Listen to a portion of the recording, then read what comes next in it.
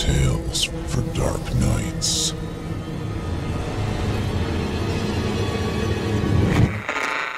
Want to make sure you never miss a Chilling Tales for Dark Nights video again? Be sure to subscribe and hit that bell to turn on notifications. I used to think of hell as a faraway place.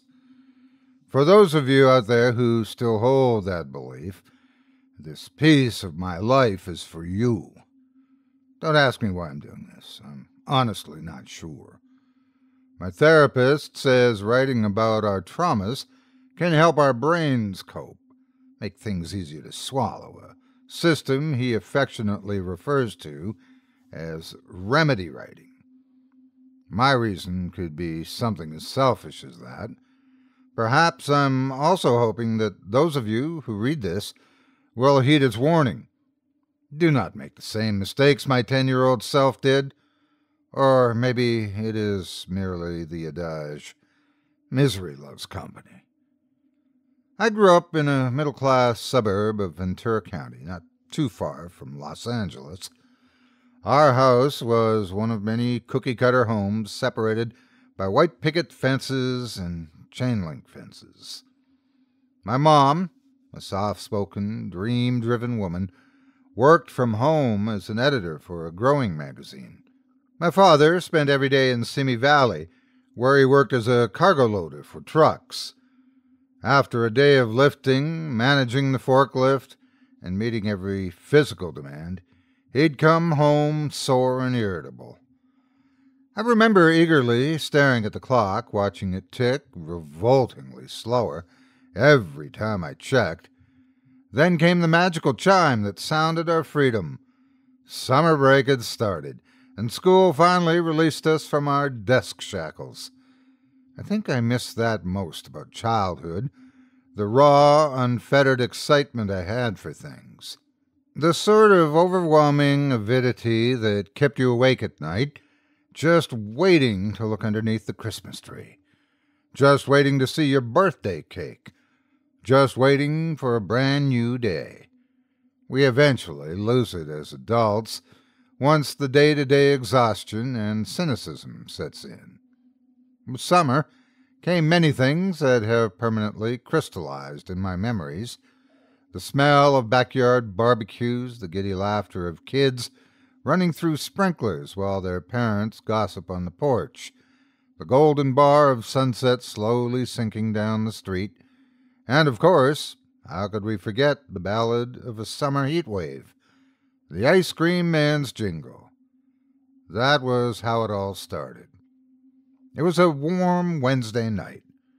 An awful gnawing hunger pulled me out of sleep.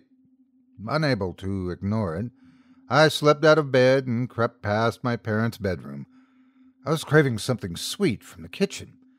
Settling on the last of our pudding cups, I also poured myself a small glass of milk. It would be enough to shut my stomach up. As I started back to my room, a faint sound caught my ear. A song, like the one you'd hear drifting out of a music box, was coming from outside. I walked to the window and peered through it. The muffled tune, more specifically, Pop Goes the Weasel, was coming from down the street, an ice cream truck. I'd never seen Mr. Mason out this late before. He was one of the residents of our neighborhood who decked out his gray van to sell frozen treats. But he usually started his route at noon, when the sun was at its cruelest. Maybe it's for adults, my 10-year-old brain thought. The truck coasted by my house, moving tantalizingly slow with that happy electronic chime. It wasn't Mr. Mason's van. The truck was a pale green with blue accents on the lower half. On the side of its metal body was a large circle with the print of a cartoonish boy in the center. He had blue skin, big black eyes, and a white soft-serve hairstyle. His pupils were notched to create the illusion of a glare on his smiling Looney Tune face. One of his white-gloved hands held a fudgicle to his mouth, while the other gave a big thumbs up. The tip of the swollen thumb, as well as the fingers and wrist, appeared to be melting, just like ice cream.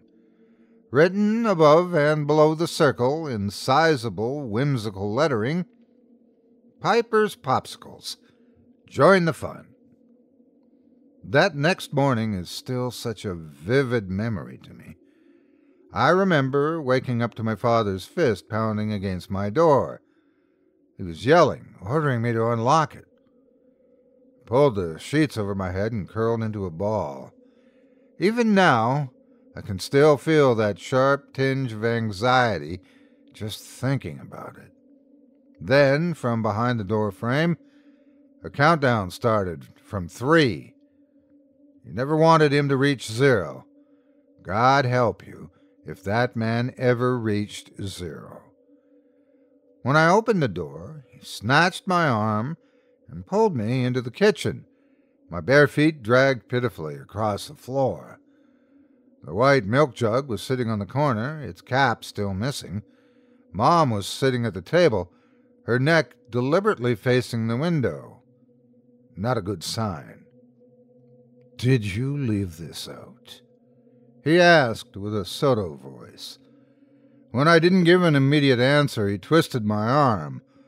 A hot ring of pain coiled around the area. "Yes!" I cried out. "I'm sorry, I left it out. I'm sorry." "Great!" His voice rose and cracked. "Now we need more milk." What a fucking waste. With one of his hands still clasped around my arm, he reached for the milk jug with the other and dumped it over my head. My mom gasped loudly in her seat, the trademark reaction. He left for work after that. Evidently, I made him late. It wasn't the first of my father's outbursts, and it was far from the last. The bastard was always looking for a punching bag, and when my mother didn't fit the role, I was runner-up. Every day in that house was like maneuvering around tripwires. Eventually, you'd trigger him. My mom scooped me up off the floor and took me to the bathroom so I could wash the milk out of my hair. She left a bundle of clean clothes on my bed. That was her time to react. The moment our front door slammed shut and his car left the driveway. Until then, her neck was twisted anywhere else with that same disconnected, faraway look. When I came back into the kitchen, she was making eggs for breakfast. "What kept you up last night?" she quietly asked me. "I was hungry. I was going to put everything back, but then the ice cream truck distracted me."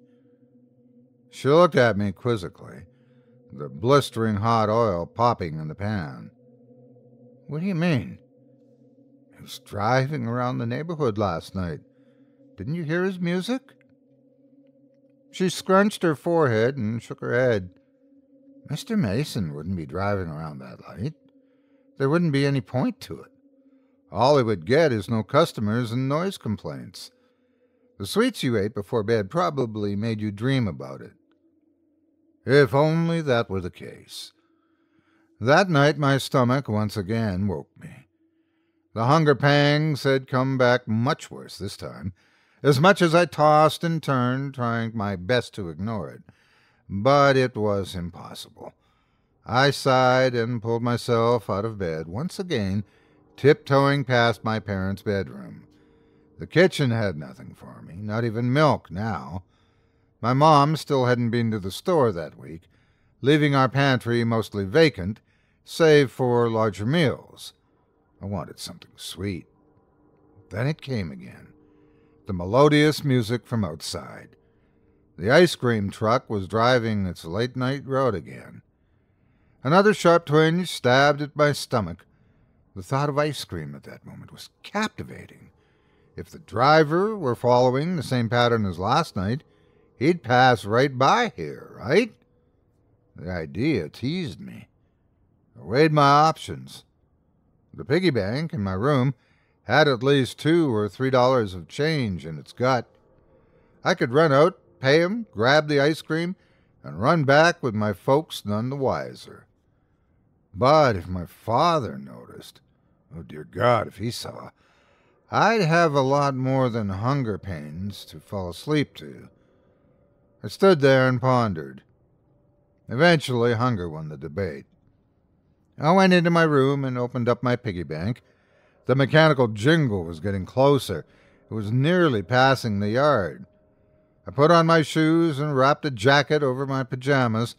Carefully, I unlocked the front door, praying that the click wouldn't be too loud. I discreetly pulled it open, just enough for my small self to slip through. Luckily, not enough for the hinges to creak. I ran across the grass and down the driveway in my sneakers. There it was, steering slowly toward me. The song churning out of the speakers, situated at its top, sounded similar to It's a Small World. It pulled up and stopped near me. The cartoon character with bright blue skin, presumably named Piper, smiled down at me. Behind the hum of its engines, I heard something suddenly clink inside of the truck. The music stopped, and someone hoisted open the vendor window. I tried to look inside, but there wasn't a single light or bulb to light up the interior. It was just a metal box of darkness. "Hello?" I called out. "Hey, little guy." The cheery voice that answered was soft and mellow. Definitely not Mr. Mason's smoker's rasp. "What can I get for you?" I shuffled the quarters in my palm. "Can I have a bomb pop?" "Sure you can," the chipper voice answered. Inside the shadows there were vague signs of movement and quiet humming. The sweet-smelling aromas of hot fudge, mixed with other milky flavors, created an amalgam of smells that made my stomach growl. A white-gloved hand melted out of the darkness. Tweezed between its index finger and thumb was my popsicle, still in its wrapper.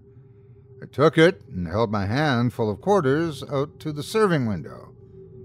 "Oh, no, the man said. "Not necessary. This one's on me, free of charge." I smiled and pocketed the coins. "Thank you." I beamed and cocked my head to the side. "Can you see anything in there?" "I see everything," the voice chortled. "Where are your friends?" I scuffed the curb with one of my soles. "They're probably all asleep. Everyone is. Why do you drive around so late?" "Well, I was born sick, you see. The type of sick that makes me sensitive to the sun. If even the slightest bit touches me, I'd whistle, I'd whiz, and then I'd whoomp like a firework." We both laughed at that.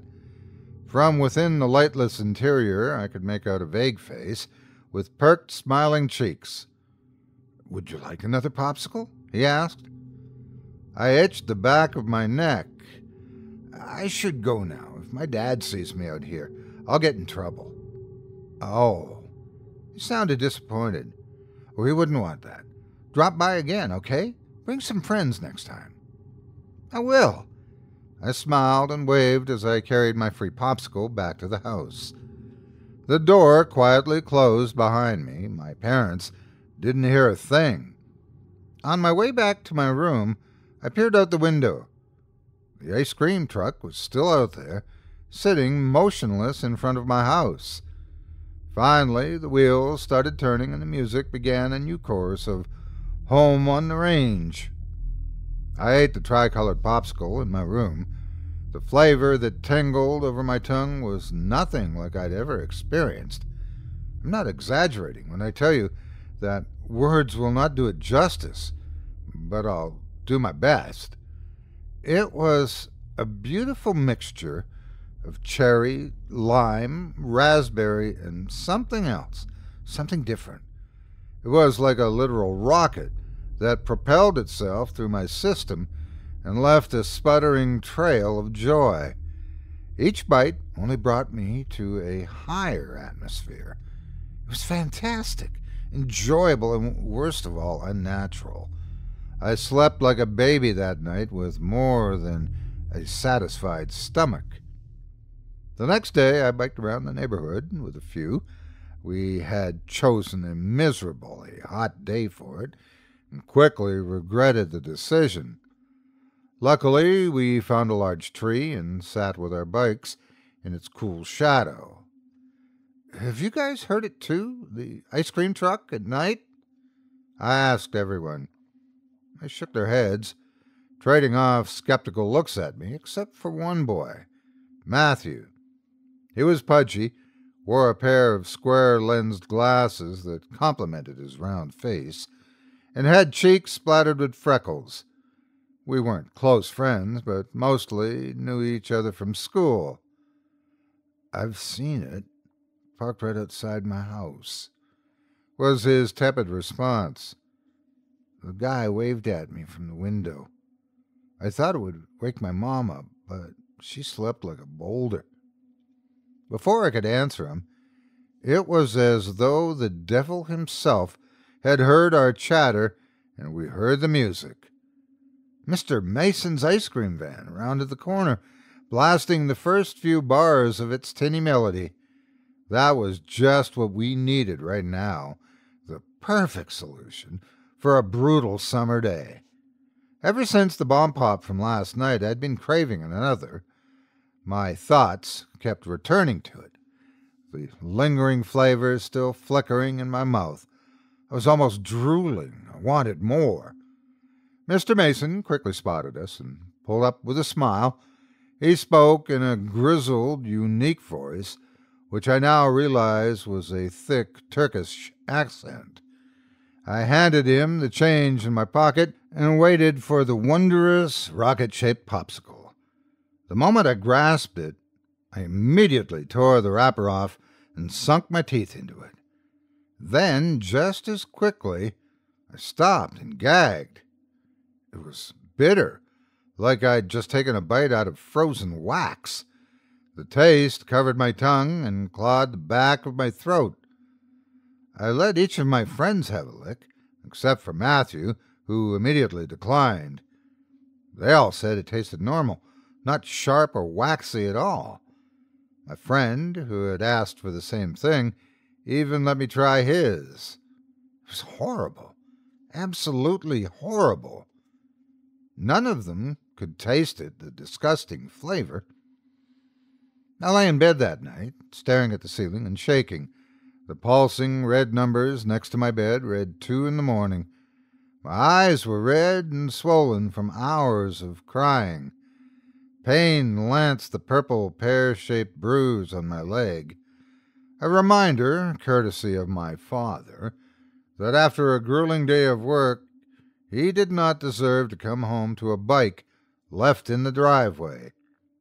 It would, unfortunately, be another 9 years of this before the untreated blood clot in his leg would take his life. A few days before the accident, I had told him to go fuck himself. But my father wasn't the reason I couldn't stop shaking. It was the cravings. The throbbing spasms of hunger had been haunting me for the past few nights. They were back with a twisting vengeance, worse than ever. After Mr. Mason had given me the popsicle, I spent the rest of the day trying to get rid of that vile taste. Nothing was working. In fact, every sweet thing I tried tasted just as bad. Even my favorite juice was developing a sharp, greasy aftertaste. I bit deeply into my knuckles, a nervous habit I'd acquired over the years, which has now left a row of callous depressions there. I needed something sweet. I'd have killed for something sweet. Then it returned. The music outside my window, just down the street. The late-night ice cream truck was making its rounds. That was it, the answer to my prayers. Without thinking, I sprang out of bed and grabbed my jacket and sneakers. Slipping out of the house was just as easy as the first time. Mostly fueled by hunger, I ran to meet the truck halfway. It rolled to a stop, clearly spotting me. Not that I was hard to miss, of course. I ran next to its minty green body and impatiently waited. but nothing happened. "Hey, kiddo," the voice said through the open passenger window. "Sorry about that. My hatch is stuck and won't open. What can I get for you?" Another bomb pop, please?" I asked pitifully. Hiding the pleading whine in my voice was impossible. "Not a problem. Let's have a look-see." I could hear him rummaging around, muttering incoherently to himself. He returned, sounding less than cheerful. "Well, that isn't good." My heart sank like an anchor. "What isn't?" "It looks like I'm out of those for the night." Dang, what bad luck. A painful throb racked my stomach, making me wince. "Something else," I begged. "Can I have something else?" He rummaged around some more and sighed heavily. "I'm sorry to say, but it looks like I have nothing left." Tears rushed to my eyes. Hopelessness bubbled up inside me. My solution, the one sure thing I needed to get rid of these cravings, was gone. I'd have to wait until tomorrow night. I started the miserable walk home, back to the bed I knew I wouldn't be able to fall asleep in. My sneakers dragged along the asphalt. "Hang on a tad," the voice said. "Looks like I have one more left, just for you." I went back around and raced to the passenger window. "Really?" I said, wiping the trailing tears from my face. "Of course." I heard something unlock the passenger door. "I found it right up here. Come get it." A chorus of alarmed voices called out to my brain. "Not safe. This is a stranger. Go home. Not safe." Of course, there were red flags, obvious ones. But I was not thinking clearly. My logic had whittled away. All that mattered was the craving, the unusual desire for that exquisite taste. It possessed me. I knew there were risks, but my fatigued, boyish mind was done compromising. I pulled the green metal door open. The cabin was unexpectedly as dark as its backside. An invisible coldness permeated the air, about as cold as you'd presume an ice cream truck to be. The tart, dancing smells of chocolate, strawberry, bubble gum, and other flavors graced my nose. A simple graded step led inside. I spied a vague silhouette sitting at the driver's seat with my bomb pop in hand. "Go on, it's all yours," he said pleasantly. I leaned inside the truck, planting one foot over the metallic step while the other remained on the pavement. The dim outline of the driver held out the popsicle just inches from my fingers. "Come on," he said again. "Don't you want it?" Just as my fingertip grazed the foil casing, I heard something. Something that, without a doubt, saved my life that night. A strained voice squeaked out of the inside of the truck. "Help me!" The hand holding the popsicle lunged at me, seizing my arm as I tried to pull back, grabbing a handful of sleeve instead of skin. I gasped, too shocked to muster a scream, and jerked backward. But his grip was relentless. The darkness around us dispersed, and in an instant I could see everything, like some veil had lifted. A nauseating texture coated the ceiling, rust perhaps. It crawled down the inner walls in a reddish-brown crust. There were scuff marks on the stained floor. A foul, eggy smell thickened the air. Every window was impossible to see through, smeared with grime and networking cracks.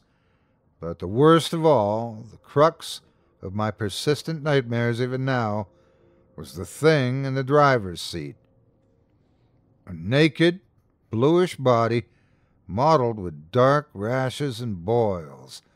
Folds of excess skin sagged off its bloated frame, almost like it was melting. One of its long, double-jointed arms was pulling at my sleeve. The loose flesh that hung off of it wobbled and jiggled like sacks of trapped liquid.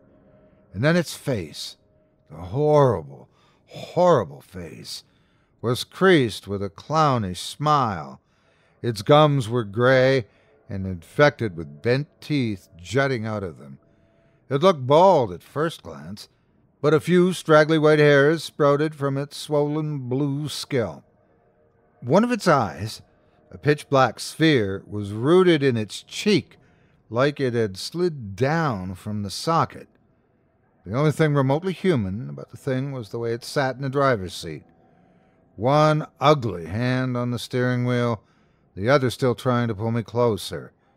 A guttural voice spat out of its mouth at a sickeningly cheery octave. "Don't you want it, little guy?" I screamed and didn't stop screaming. The sanity drained out of me in fat, seeping tears.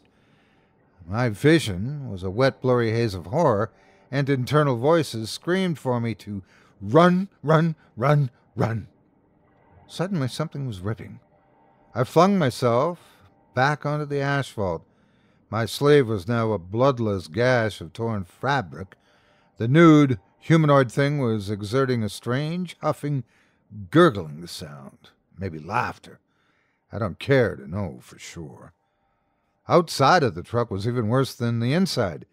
Eating away at the pale green paint was a thick film of black matter. It covered the car in a black, muddy ooze, smothering the cartoonish boy in his broad smile. A few letters did show through, though. Join the fun. Parts of the grimy substance were moving, throbbing, maybe, as though they had some sort of pulse. The speakers atop its mucky body, although caked in the stuff, were still spewing out sound. It wasn't music, not in the way that the human mind could understand. A hollow, high-pitched frequency with a gravelly white noise hiss. Behind the corrupted pitch was something else, something that sounded almost like it was trying to escape from it. Choppy, inaudible screaming. Hell. I was hearing hell. With the last burst of adrenaline my system had to offer, I twisted around and tore through the yard to reach my house. I flung the door open, slammed it shut, and slid down to the floor. I buried my head in the crevice of my knees, drenched in snot and tears. I sat there, wallowing for some time, waiting for my father's footsteps to come pounding out of his room. But it never happened. Both of my parents were still in bed. I tried to wake my mother up, and out of pure desperation my father, too, but neither so much as stirred. The gritty white noise was still screaming from the street. I hid beneath my sheets and covered my ears, trying everything I could to expel it from my head. "Help me," the distressed voice had said from the back of the truck, the voice that saved my life. Finally, after minutes of grueling torture, the truck revved its engine and cruised down the street. The house became silent, save for my sleepless crying. A child did go missing that night. Matthew, the boy with freckled cheeks and squared lenses. I will not be giving out his last name for respect of his family. His parents had woken up to his empty bedroom, and their front door left ajar. They called the police and filed a missing persons report, and the community was notified about the disappearance. I remember seeing a few police cruisers lined outside of Mr. Mason's house, probably because of the boy's mother heard him spout off about an ice cream truck coming in the dead of night. They found no evidence against him, but the gray ice cream van didn't leave his garage for the rest of the summer, or any summer after that. To this day I can still feel those bitter flavors in my mouth, sitting on my tongue like a pool of chemicals. At first it only affected sweet things, then salty things, and slowly worked its way up to everything. No matter what I eat, no matter what I drink, My stomach attempts to force it out of my body due to its acrid waxiness. I take no pleasure in food. I eat only not to die. I can't remember the last time I enjoyed something as simple as taste. Every night a new wave of impulses come back, prying at the last cardboard walls of my sanity. I cram my knuckles into my teeth to trap the screams inside. I beg the dark nothingness of my room for something sweet. That's how it draws you out. Hunger. When the happy, inviting music gets in your head, it fills you with cravings masquerading as hunger. Don't bother trying to wake your parents. It won't work. Not while that truck is in your neighborhood.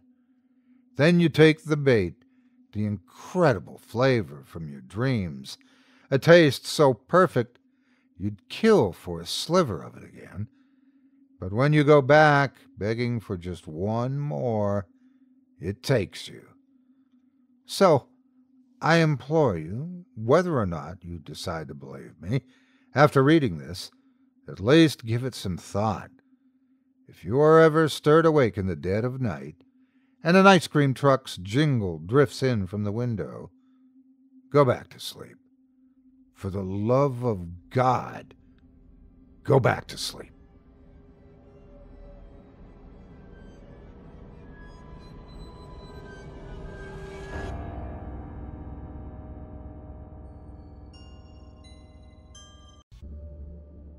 It was a dark New England night. Even in the clear, there was no moon. But the road that wound through the woods had so much tree cover that even starlight had no chance of shining through. Nor were there any streetlights on a road this isolated. And as for signs of civilization, Christopher Fell had seen only a few houses during his drive. And those were few far between and tended to be either in the distance or hidden behind trees that surrounded him. He had his headlights, of course, and they were working fine enough. But outside of their limited scope, the world seemed to be made of black. Normally, driving at night didn't bother Christopher in the slightest. He was used to it. Actually preferred it to the busy traffic and glaring sunlight of daytime drives. Christopher had never been much of a sunshine person, much to the amusement of the friends and relatives who liked to jokingly call him a vampire. He was no vampire, of course, but that didn't stop his friends from making fun of his night job and his resulting tendency to sleep during the day. Christopher himself was alternately amused and annoyed by the vampire jokes, but, and here I realize I may have strayed from the story a bit, the point is that Christopher was used to driving at night.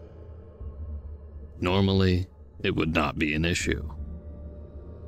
But Christopher was also used to driving through the suburbs, not through such a wooded area, where there were no other light sources at all.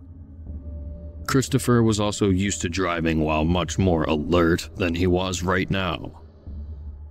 He had been up all Friday night at his security job, and then been struck by an annoying but not unfamiliar bout of insomnia during the day, unable to sleep so much as a wink.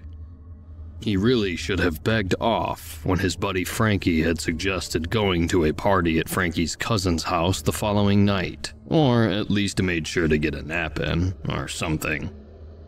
But Christopher had no idea that Frankie's cousin lived so far from town, but perhaps even if he had known, he might have still agreed to go to the party, for he had felt surprisingly alert on Saturday evening, despite the fact that he hadn't slept since Friday afternoon. Now driving home from the party, down the dark, winding road in the middle of nowhere, Christopher glanced at the clock on the dashboard and saw that it was now 2 o'clock in the morning.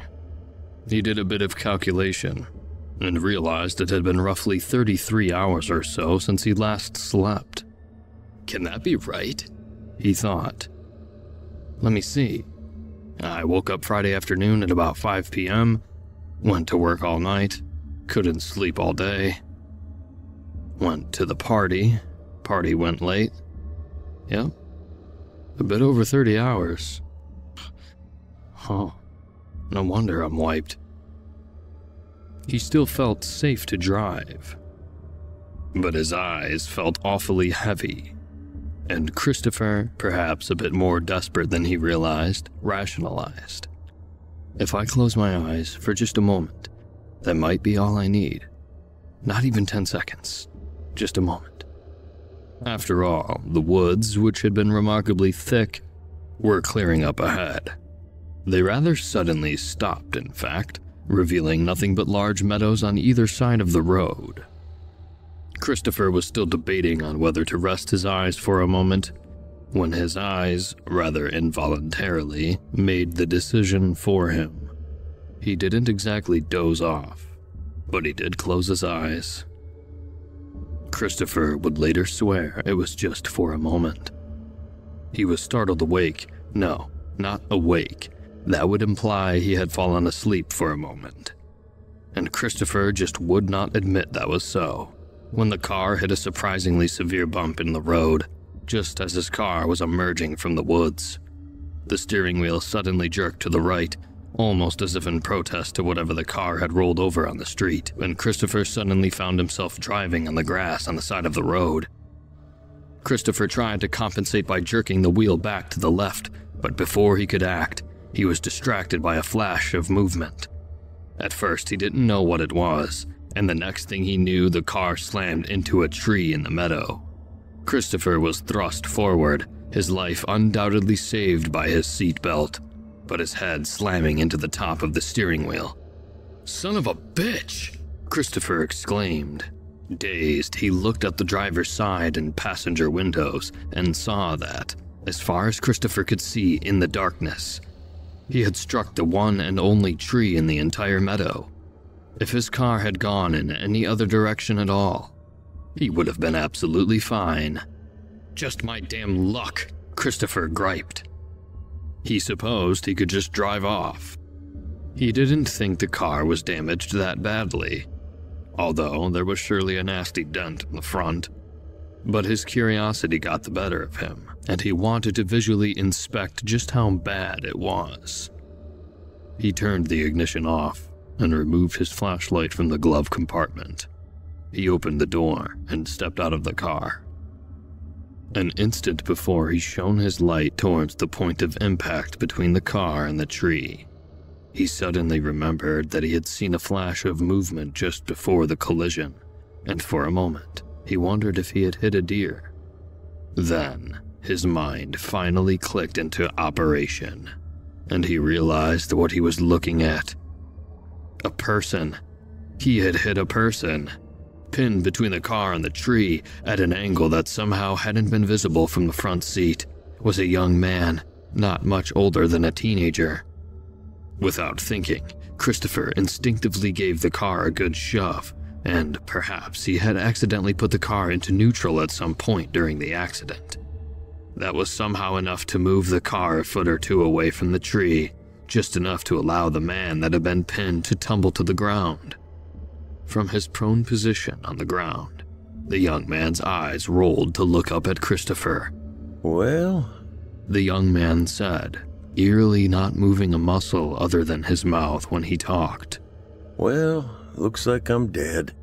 And not to sound harsh or anything, but yeah, it's your fault. You killed me. I'm sure it was an accident, but yeah, I'm dead.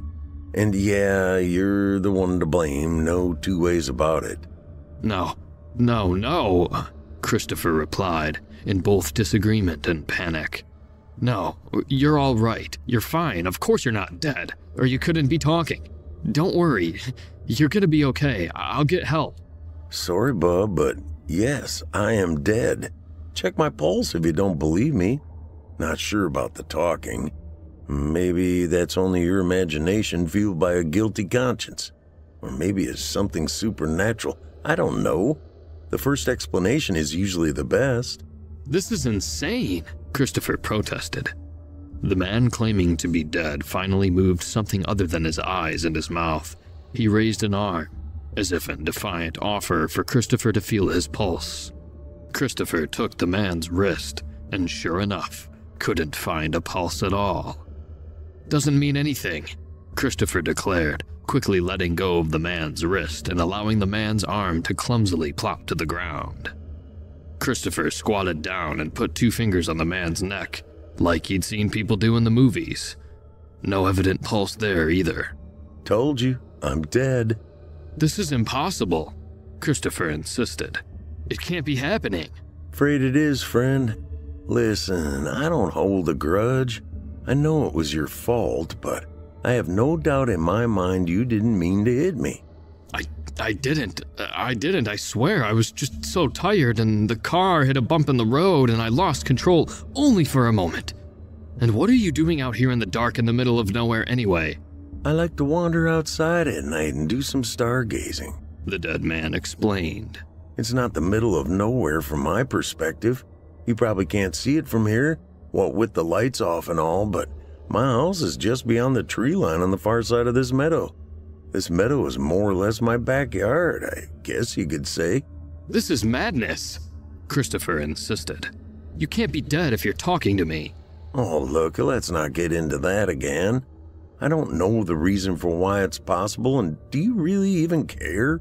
I'm dead, and I wish I wasn't, but it's too late for that. You've got to do something about it.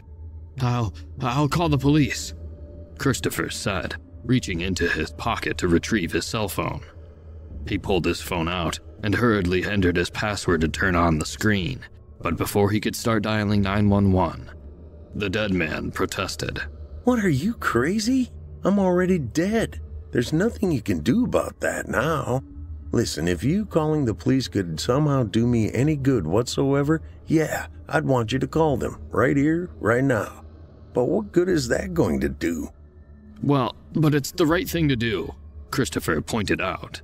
By the strictest rules of law, huh? And maybe, I say maybe, by the strictest rules of morality, I suppose you could argue that it's the right thing to do, but again, what good is it going to do either of us?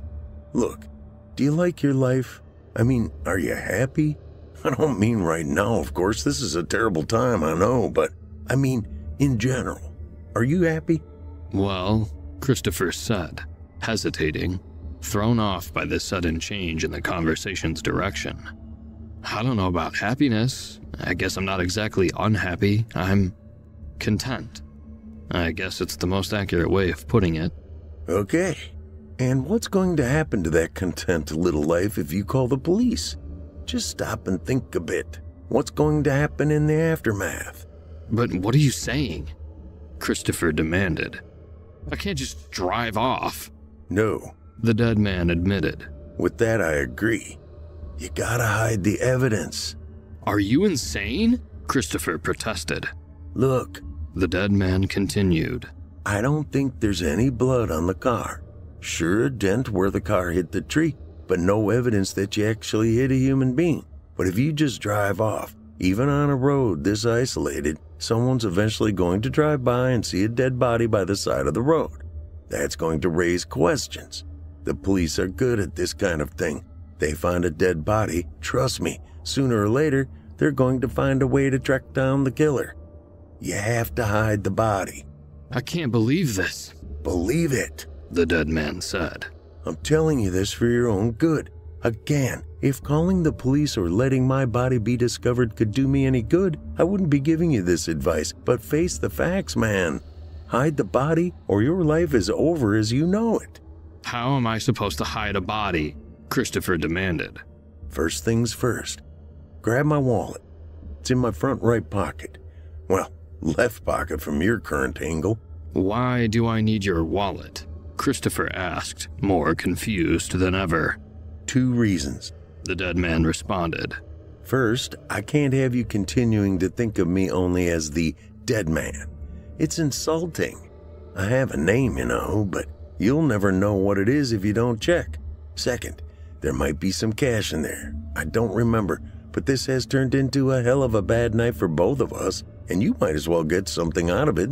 Christopher saw the logic in the dead man's reasoning. So he fished the wallet out of the dead man's pocket and flipped it open to see a driver's license and the flashlight's beam. Matthew Edwards, Christopher read out loud. Just Matt is fine. Okay, Matt, Christopher said, casually taking a wad of bills out of the wallet and stuffing them into his own pocket. How do you propose I hide a body? I don't suppose you have a shovel in the trunk of your car by any chance? Matt asked. No, Christopher said, feeling inadequate for not having the shovel. Too bad, Matt said, clearly disappointed. Well, next best thing, drag me over to those woods over there. Out here in the meadow, I'm out in the open. Anyone passing by would clearly see me. Drag me deep enough into those woods. It'll be easy to hide me in the underbrush. You wouldn't even have to bury me. Nobody ever goes into those woods, except to occasionally drive on the through road. Just drag me far enough from the road so that no one can see it from there. Well, you were out here, wandering around, Christopher pointed out. If you were out here, doesn't it stand to reason that somebody else... No, man. Matt disagreed. Listen, I know this whole area like the back of my hand. The closest neighbor is like a mile away. Even if they like to wander around outside, they're almost certainly not going to wander this far out. I'm telling you, hiding me in the bushes in the woods will be enough. It'll be fine. Christopher sighed, but supposed that Matt was right. He grabbed Matt's limp body under the arms and dragged him towards the woods. You know, this being dead thing's really not so bad, Matt said out loud, but more to himself than to Christopher. I never really thought about it before, but now that I'm dead, I don't see what the big deal is. This is what everyone's so scared of.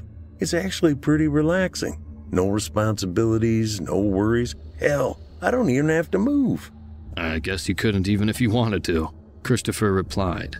True, that's true, Matt said with a laugh. The further they got from the glare of the car's headlights, the harder it was for Christopher to see. But he eventually got to the tree line and re-entered the woods he had just driven out of. He knew this less from what little he could see, and more from the fact that he could now feel plants and weeds scraping at his sides of his legs, and could hear the crunch and rustle of dead leaves under his feet. He continued to drag Matt's body deeper into the woods until he started to get out of breath from the effort. That's all right, Matt said good-naturedly, as if he could sense that Christopher was starting to get tired. This should be far enough. There's no way anyone will find me now. Okay, if you think so, Christopher said. He hesitated for a moment, but couldn't quite figure out why. So he let go of the body, and Matt fell to the ground with a quiet thump. Now what?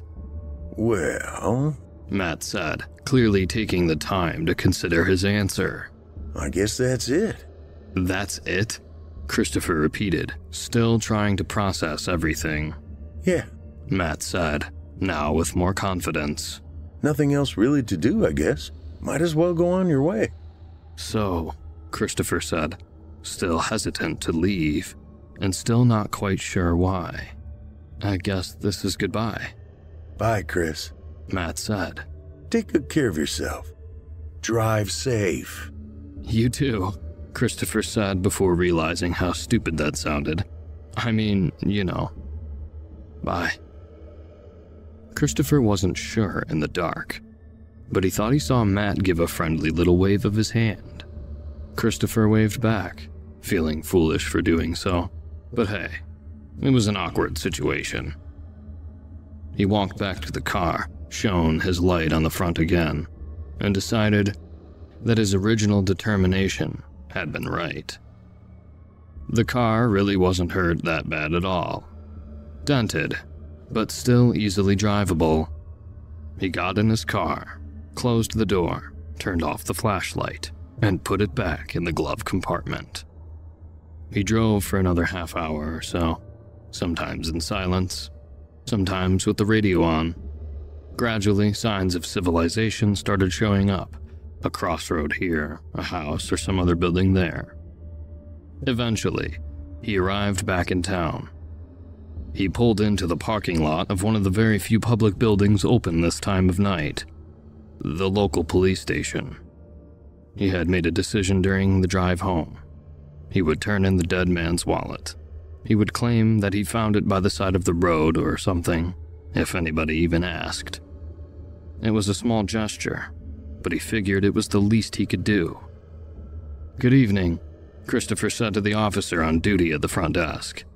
"I was driving home tonight and I saw this wallet on the side of the road. I didn't feel it would be right to drive up to the house in the middle of the night, so I thought I'd return it here." "I'll take it and have a patrol car drive it over to whoever owns it in the morning," the officer said. Christopher handed the wallet over and took his cell phone out to type his address into the GPS. At some point during all the excitement of the evening, the GPS function had somehow turned off, but it had now been a very long time since he'd slept. His eyesight was blurry and his mind just wasn't thinking right. "Do you know how to access GPS on a smartphone?" Christopher asked the police officer. "I just can't get my mind working right now." "Are you sure you should be driving?"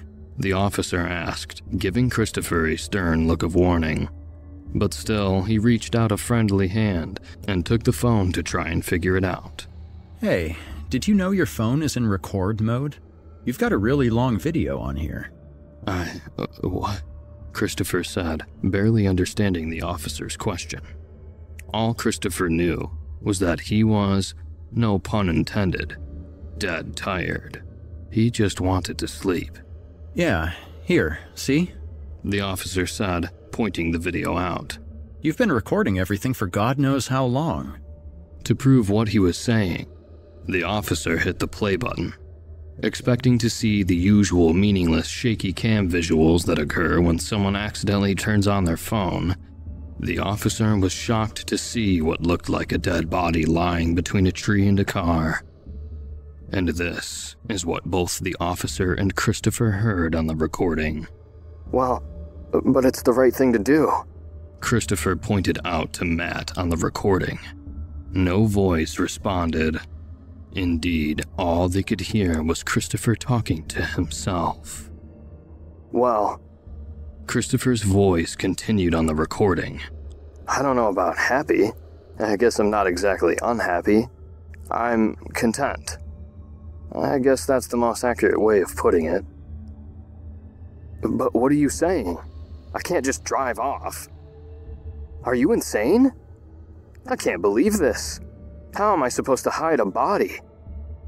Why do I need your wallet?" "Matthew Edwards. Okay, Matt, how do you propose I hide a body?" The police officer turned the sound off and glared at Christopher. "What the hell is this? 'Cause I'll tell you what it looks like. It looks like you hit somebody with your car and then recorded a confession. So what the hell is going on here?" He actually proposed a couple of different possibilities, Christopher explained. First, he said it might be my guilty conscience talking to me. That was his first possible explanation. And he said, the first explanation is usually the best.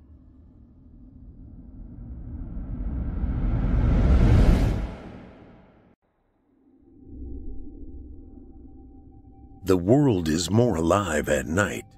It's like God isn't looking. Elvis Presley. The following tape recording was found at the scene at the Sundance Motel near the Belle River, Louisiana. Testing. 1, 2. Well, I'm alive and here I am. Yet another lonely night, driving on yet another dark highway in this foul year of our Lord 1988. The headlights of other solitary drivers are all passing me by in a haze out there. It's all just a blur. I wonder how many of them are thinking the same thing, cooped up in their little aluminum coffins like me. Life. It's all just some goddamn pantomime, and we all know it, but we go through the motions regardless. You walk down the streets at night and everyone's behaving like dogs. The buildings are all scarred with jailhouse tattoos, and the diesel smell in the air makes you want to gag on your own tongue. Kinda makes you wonder what it's all for, don't it? Driving alone in the emptiness of night always has that ability to install a sense of melancholia in me. Here I am, and here lies behind me just another wasted day gone up in smoke. The awful city in my wake spills out like an overflowing sewer across the delta. Here lies a man, not that the cavalcade of prostitutes and losers on the street corners would care anyway. Usually, I would be all somber and depressed on this kind of night, but not anymore. Not now. No, tonight is a special night. It's my last night in town. I'm grinning from ear to fucking ear. I just left New Orleans. I just robbed the CVS there on the outskirts. Stuck my blade right in the man's face and told him to give me everything. No, I didn't kill him. I just put the fear of God in him instead. Under my arm as I left the store was a crate of Miller Lite, 2 bottles of hooch, one of which is now half empty, and 2 packs of Marlboro Reds. Not to mention $259. Yep, it's gonna be one wild night.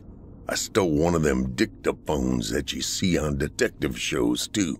Little handheld tape recorder thing. That's what I'm speaking into right now. Treat this recording as a confession, a diary, an acknowledgement of my existence, or whatever you choose. It doesn't really matter to me. By dawn, I won't be here anyway. And I'll tell you why. That asshole boss of mine called me into his office just before clocking out on a Friday. And you know what? He fired me right there. Can you believe that? 30 years I'd been with that company. 30 years of my life given to them, and some slick little bastard in a tie calls me in and fires me without severance on a Friday afternoon. He said I was underperforming. That's the word he used. I hate that kind of talk. That's one of them buzzwords that carries a lot of weight but doesn't actually mean anything. 20 years my younger, and he fires me. No talk, no warnings, just a cold cut. The little bastard probably can't even tie his shoelace, and he's got more money than the entire floor I worked on. I went to Brown. I worked in finance my entire life, and he treated me like I never meant nothing. But I tell you what does mean something. I stole his car, a suave little Mercedes with a convertible roof. That'll teach him. Why? Because I just don't give a crap anymore. I've been nothing but a good person my whole life, and where has it gotten me? Just another divorced 50-year-old bum whose kids won't even pick up the phone to him anymore. Well, tonight, cowboy, it ends. I'm going off the edge, out with a bang. I'm heading to Lafayette, and I'm gonna kill that slick little prick. On the passenger seat is my Remington 870 shotgun and 2 Colt 1911s. He deserves it. That's what I think. People like him get to do what they want, and the rest of us suffer in silence. The world is on a diagonal now, but tonight, I'm the balancing point. On the I-10. It's a bit later now. Must be midnight. Can't quite read my watch on account of the bourbon. But I thought best to document this night as and when it unfurls before me. And boy, I thought I'd document this. I've just pulled away from some fly-ridden gas station outside Baton Rouge. I think it was off Interstate 10. I just filled up the little tin can that was my boss's car. And as I did, I stood there in the silence.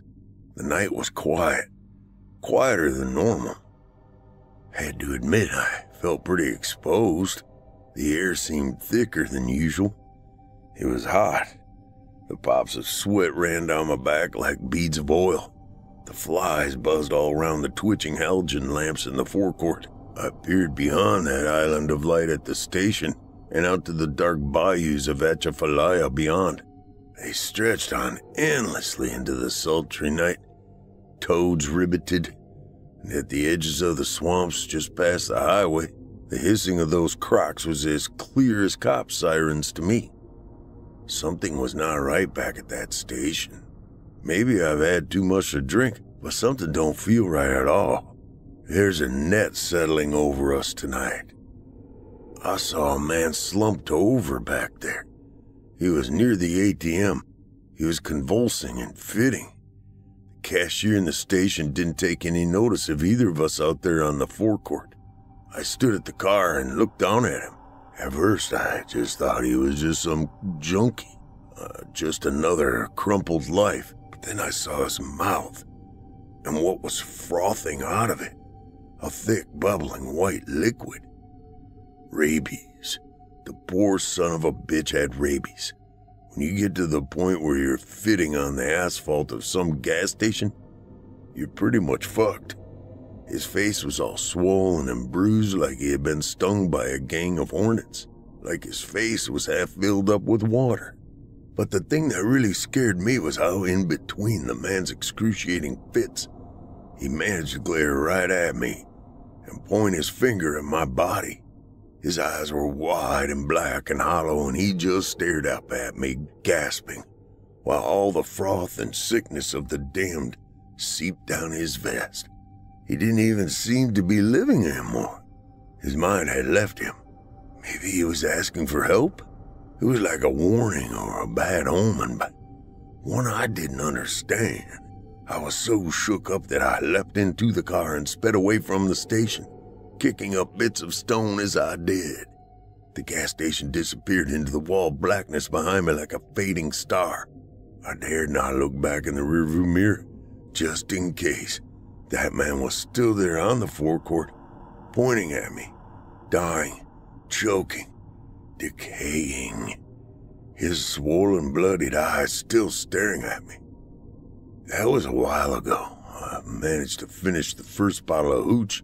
Now I have no idea where I'm driving to. Guess I just want to get away from the crazy bastard. Because of that, I think I've taken a wrong turn somewhere. That's what happens when you see some lone dying man sucking on his last petrol-soaked breaths at the edges of society. It sends you off the reservation too. Something's not right. Feels like tonight is our night of judgment. There's a pestilence coming. All around me are those endless bayous and swamps. The single road I'm on, carving its way down the middle of the dark mire like a great tarmac snake towards my terminus. Anyway, let's forget all that for now. I'll tell you one thing, though.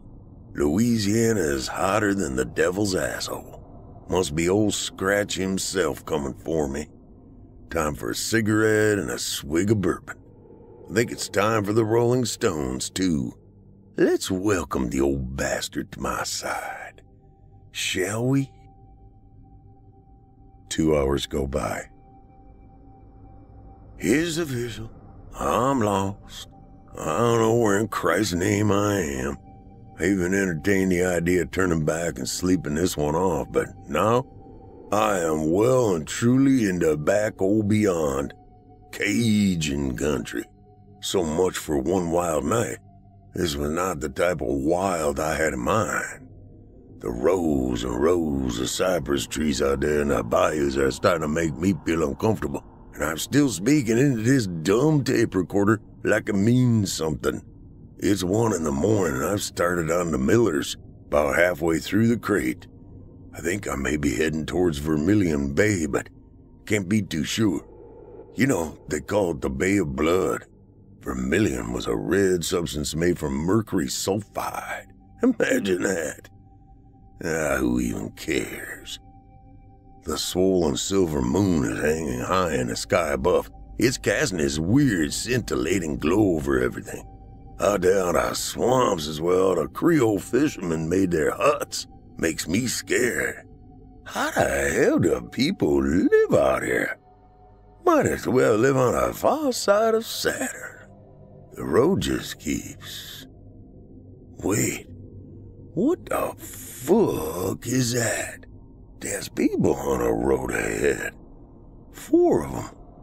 Shit. I'm just passing by. Jesus Christ, I think they were dragging a body off the road. I just saw a couple of shirtless, ragged people dragging something across the asphalt and into the woods back there. Whatever it wasn't moving. It looked like a body. Sheesh. There's something wet on the road. It's black. I can see my rearview mirror. What the hell? Did I just witness a murder? Their faces didn't look right, man. The waning of the moon highlighted all their disgusting features. They looked like that guy back at the gas station. Their faces were all swollen and bleeding from the eyes. Have they got the rabies too? What the hell's wrong with these people out here? I swear one of them had some kind of scythe. I don't like this, man. I'll turn him back. Much later. It's 2 in the morning. I guess I was pretty shook up after what I saw back down them dark roads, so I stopped off at the nearest motel I could find. The Sundance Motel, it's called. Somewhere down by Morgan City. One of them yellow-stained old lodges that only truckers and drug dealers dare stop off at. I'm sitting on a single bed in the cheapest room they had. I can't put that scene out of my head. For some reason, I can't be shut of it. I mean, what the hell were those people doing out on that road that night with that body? They moved different. Like all walked like they were drunk and didn't know where they were. Something's abroad here. Feels like it's all connected somehow. The rabid man back at the gas station's trying to warn me, but warn me of what? I don't know. The motel is a sad old thing. Faded neon sign with half the letters blown out. The mold on the walls of the room is slick and black and full of promises of illness. The carpet is damp, and I'd be damned if I take my shoes off. I set out to murder my boss tonight, but instead, I ended up in the armpit of hell. Nothing else to do but drink myself into oblivion. Nothing else to do but wonder just how far off the rails I've fallen. By sunup, the last of the booze will be gone. Whoever finds this tape, if I'm no longer alive, I didn't commit suicide. The mold on the walls probably got me. Yes, that was a joke, asshole. Very funny. Ha ha. If it's any consolation, I was never going to kill my boss. I guess I just wanted to hurt him like he had hurt me. I wanted him to fear for his life. And for my sins, I'm fearing for mine. Maybe they'd go easy on me if I returned the car with a full tank of gas. Much later into the night. I don't know what to make of any of this. Honest to God, I don't.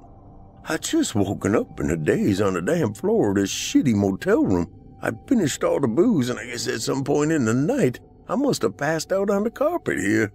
When I finally got up out of the puddle of vomit I found myself in sometime later, I looked up at the clock on the wall. It said 3:13. It still says 3:13, but that's impossible. I must have checked into this dive at 2 in the morning. That plus a couple of hours drinking and watching bad cable TV should have taken me up to at least daybreak. I remember the blur of adverts and softcore porn, but it's still nighttime out there. The clock on the wall still says 3:13. The second hand ticks but doesn't edge any further forward. Something is wrong here, but that's not what has got me so riled up, though. Something else just happened. Something I'm not sure I have the words to even explain right now. As I raised up and sat on the bed about 10 minutes ago, trying to shake my head clean of the hangover, I'd heard something. This low scratching and slapping sound. It was coming from my left, towards the bathroom. It sounded like lazy flesh rubbing against wood. Blearily, my eyes were tugged towards the bathroom door. On the other side of the cheap pine door, something was rapping against it. I dropped my gaze to the base of the door and saw that the lights were on in there. The two pillars of shadows that could have only been legs moved around in the light. Someone was in there. Someone was in the room with me. I jolted up in shock. I didn't remember ever using the bathroom. I didn't even know what it looked like. The second I'd gotten into this roach pit, I started drinking, and that was that. But when I'd woken up from the blackout, the beer sunk back into me, cold and hard. My heart pounded in my ribcage like a nuclear bomb. It was the same fear I'd felt when I saw them strangers on the road earlier, the ones that were collecting the roadkill. It was the same primal fear that a deer must feel when the hungry stare of a wolf is on its back. Instinctually, I had reached for the shotgun by the pillow. I didn't make a sound. Each movement was slow and cautious. With one smooth motion, I grabbed the shotgun and cocked it. The mechanism only gave off a faint click. I stood up from the bed. Then, with slow, soft steps, I approached the bathroom. The shotgun pointed out ahead of my torso like a protecting spear. I sucked in quiet, controlled breaths and crept towards the door. On the other side, I heard coughing, shouting, sobbing. Whatever it was once a human. I reached out and clasped the doorknob firmly in my palm. Then, with resolution in me, I yanked it open. When the door swung back and revealed what was on the other side, I screamed. There, standing in the middle of the bathroom, bathed in the twitching amber lights, was a man. Except he wasn't a man anymore. Parts of his body were all infected and swollen like they were filled with pus. The thing craned its head up and stared at me. He saw me and came staggering out of the bathroom towards me, trousers down around his ankles.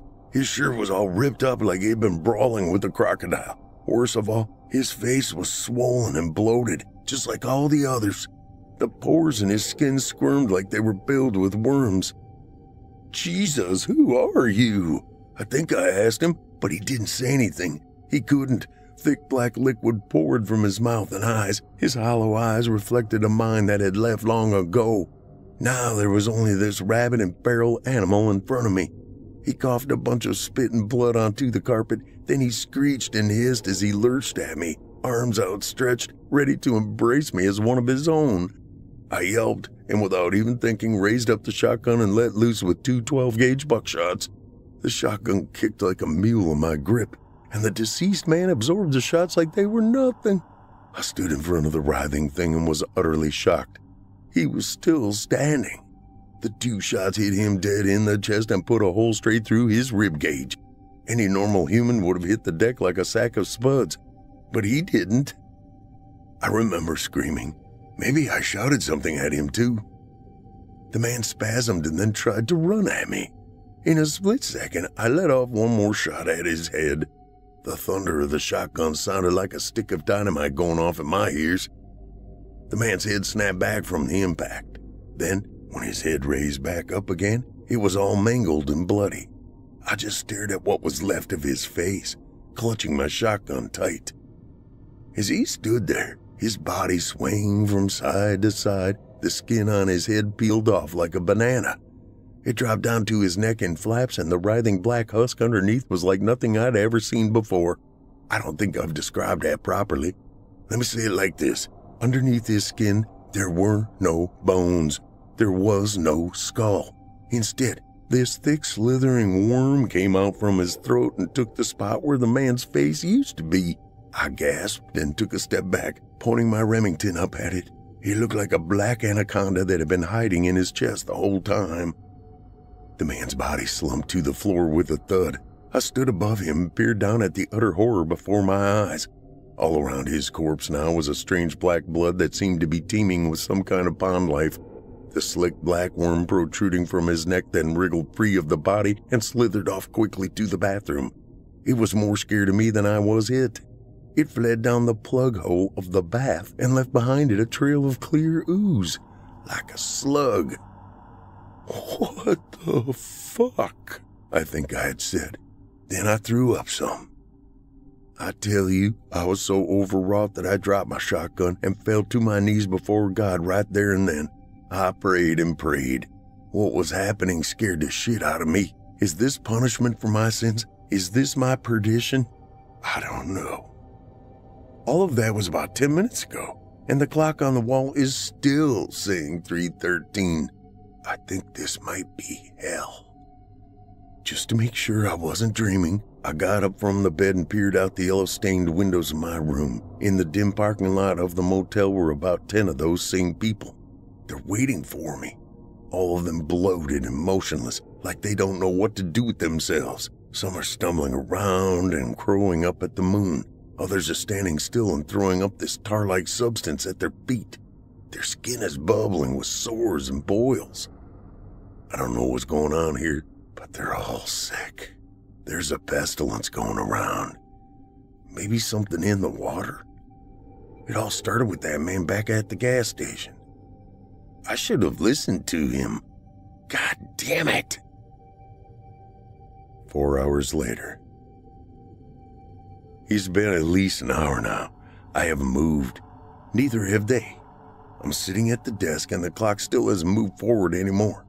I think this might be my end. Jesus, how did I get here? You know, I had a wife once. Been divorced about 10 years now. Clara was her name. Yeah, everything after that went to shit. I guess since the papers were signed, it all went into a downward spiral. Can't say I'm surprised. I haven't been exactly truthful, by the way. Now that it seems I'm about to join the ranks of hell, I guess I should be. He didn't fire me for underperforming. He fired me because I drank too much. Goddamn. Since Clara left me, I've been hitting the bottle pretty hard. Tried to come off it, but the withdrawal's like nothing I'd ever expected. So here I am. Just another lonely bum on his way out. I doubt I'm the only one. It hurts in your chest, you know? That razor-tipped sadness that only cuts in deeper as the years crawl by. Eventually, everything good leaves you, until you're nothing but a bloated vessel, full of cheap booze and blue ruin. In the end, you find yourself spilling your guts out over the sides like some burst mains pipe full of rag water, spewing it all out to anyone who will listen. You find yourself sitting alone in a roach pit, mumbling into a stolen tape recorder, doubting yourself, and trying to piece together the broken mirror of just how you managed to fuck your life up so much. Did I imagine the whole goddamn thing? I don't know. Part of the alcohol withdrawal is hallucinations. God, I pray it's that. As I look across from me, back to the unnamed headless and diseased man that once was a human, he's still on the carpet not 10 feet away from me. So, I guess this must be real. I don't want to be like this. If I get out of here, I'm gonna change. I promise. Just give me one shot. Just let me live. I'm gonna make a break for it now. There are 10 of them infected outside my window, but the car's only across the parking lot. My guns are loaded, and I want to escape. If I run, I think I can make it. Well, I did say it was going to be my last night in town. Here goes nothing.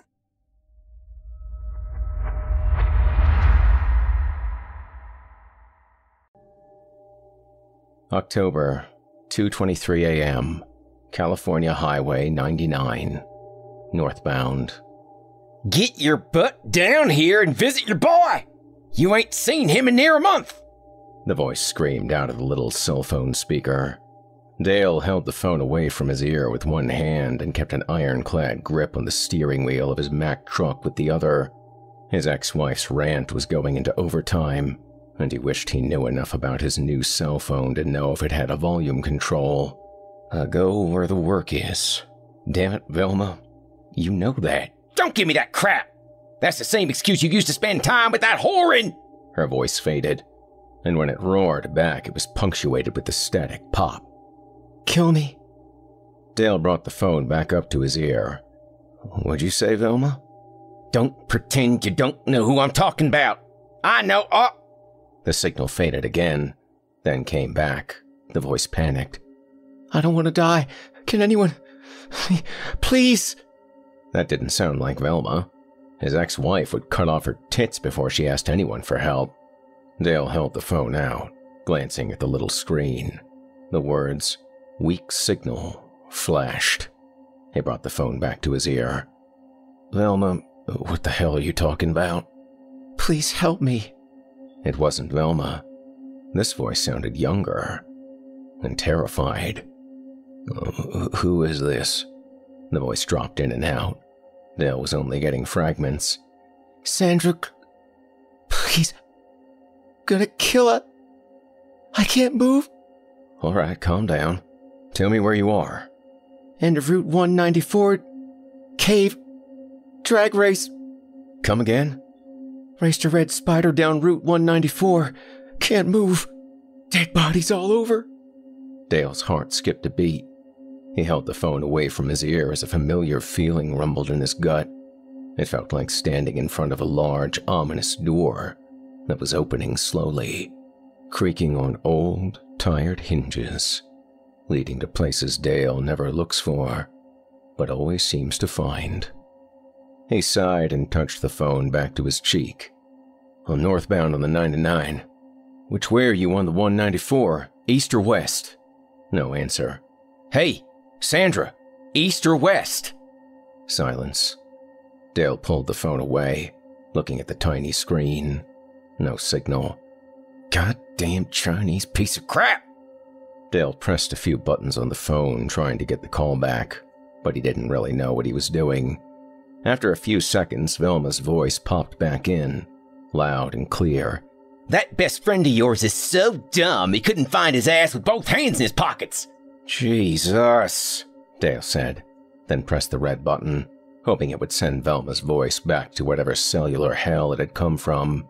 The connection was cut with a chirp, and Dale tossed the phone toward the passenger seat, where it landed in the box it had come in. Well, that was that. Route 194 stretched across California for miles, without any hint of direction. He didn't have a chance of finding Sandra what's-her-name. He let out a long breath, somewhat relieved at the doorway to places filled with cries for help, dead bodies, and whatever else that had always found him between the ungodly hours of midnight and dawn was closed. Still, as the miles rolled by, he couldn't let it go. Maybe he'd feel better if he told someone. Dale reached down for the CB mic and was thinking about switching to the emergency channel when, Hey, Twilight Man, you got your ears on? Come back. Dale grinned at the sound of his friend's voice, Earl, coming out of the CB speaker. He brought the mic to his lips, pressed the call button. This here's the Twilight Man. How you doing, Nightcrawler? Well, my butt is rawer than a $2 pavement princess and you know what. Other than that, I'm just Ducky. I'm back sliding down the grapevine on the rebound, looking to make camp in Bakersfield. Knew you were in the area. Wondered if you wanted to gather the wagons at a chewing choke for some breakfast. Come back. Dale looked at his watch. midnight. Sounds good, but hey, listen. I got this call on my cell I'd like to run by you. Stop the presses. You got your cell phone? Dale groaned softly. Yes, let's not make a big deal out of it. Damn, I needs to alert the media. Dale got himself a cell phone. It's like you're joining the human race and everything. Welcome to the 20th century, good buddy, Earl said. It's the 21st century, numbnuts. Dale glanced over at the phone laying in its packaging. Picked this thing up about an hour ago. Thought I'd try to give my boy a holler since it's his birthday tomorrow. But, of course, Velma picked up. Oh, you have my condolences, Earl said. How is Bitchzilla? Dale chuckled. Still queen of the harpies. Anyway, someone's voice broke in on the call. Well, that can happen, especially if you go cheap, Earl said. Let me guess, you got a flip phone, one that costs about $11.99? Swear, Dale, you pinch pennies so tight you can hear old Abe Lincoln squealing. Dale sighed. He hated how well his friend knew him. It was $9.99 and the guy at the truck stop threw in a box of red vines. Now, do you want to hear this or not? My ears are on. Come back. Dale quickly recapped what he'd heard before the signal faded. So, what do you think? Well, that's stranger than Liberace at a football game. I assumed she was talking about a car. Say like an Alfa Romeo Spider. Could be, but I don't know. Didn't get that kind of detail. I wonder if she meant mines. What was that? Come back, Dale said. Yeah, you said something about a cave. Maybe she's held up in those mines off the 194, about 2 miles west. How do you know about mines way out there? I knows lots of things. I'm not just pretty. There's copper mines. Closed, I think. Don't you remember there was that college kid last year that died while spelunkering? Do you mean spelunking? Yeah, sounds right. No idea what it is, but apparently you can die doing it. Dale's eyes followed an exit marker. He just passed the turnoff for Route 193 and knew 194 wasn't far away. Just keep on trucking, he told himself. In a few minutes he could be in Bakersfield, enjoying food guaranteed to hurry him along toward an early death. He was getting too old for this shit. So, what you gonna do, Twilight Man? Earl's voice popped over the CB. Dale took in a deep breath, letting it out slowly. He was trying to push the terror in the girl's voice from his mind. But, as he exhaled, he realized just how much she had sounded like his youngest niece in Knoxville. The girl's call for help wasn't something he could just drive on by. God damn. Son bitch. He always felt nothing good could come from buying a cell phone. And damn if he wasn't right. With a sour expression on his face, Dale put his turn signal on and steered the rig toward the approaching exit. Route 194. What's your 20? Dale said into the CB after exiting the freeway. About 35 miles from your back door. Guess breakfast will have to wait. Come back. Well, drop the hammer, old man. It's too goddamn early for breakfast anyway. Turning on his high beams, Dale exited, then turned west. The dual beams of light cut a path through the darkness, revealing field after field of agricultural endeavors. After 2 miles, the farmland fell away, and rolling hills silhouetted in the soft moonlight rose up on either side of the road. The truck began to vibrate as the tar-covered surface disappeared. Gravel took its place for a few hundred feet. Then that dissolved, leaving just a dirt path. Dale was just about to throw in the towel when at the edge of his high beams, he could see a sign. Hope Mine, 1/2 mile. The sign had a painted arrow indicating a right turn onto another dirt road running south. He brought the truck to a stop in front of the sign and gazed down the southbound path, dark and nameless. Although the sign appeared to be a half-century old, there were a dozen tire tracks, maybe more, some very recent. He steered south, finding that the new dirt road was not much smoother than the other one. His truck shook and vibrated over every hole, kicking up dust. After he had gone the length of several football fields, he could see taillights glinting in his beams. First 1 pair, then 2. Then about a dozen flickered in the darkness, like distant stars. Cars lined the dirt road, and although they looked abandoned sitting in the dark, some caked with dust, they all appeared to be new. Modified street racers, tediously tricked out, resting silently in the night. Their owners, who had obviously spent considerable time and money to make these vehicles look ridiculously fast and furious, were nowhere to be found. What the hell? Dale said. Where's a party? The road ended, and Dale eased the truck over, parking alongside a racing green Acura with a rear foil on it big enough to be used as a surfboard. Not the kind of car likely to be found on a rural dirt road. Just ahead, Dale could see the entrance to the mine. It wasn't what he'd expected.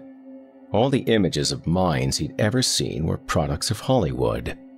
Big railroad ties framing the entrance to a dingy-looking cave with some kind of sign that usually read, "Danger," or "Keep out."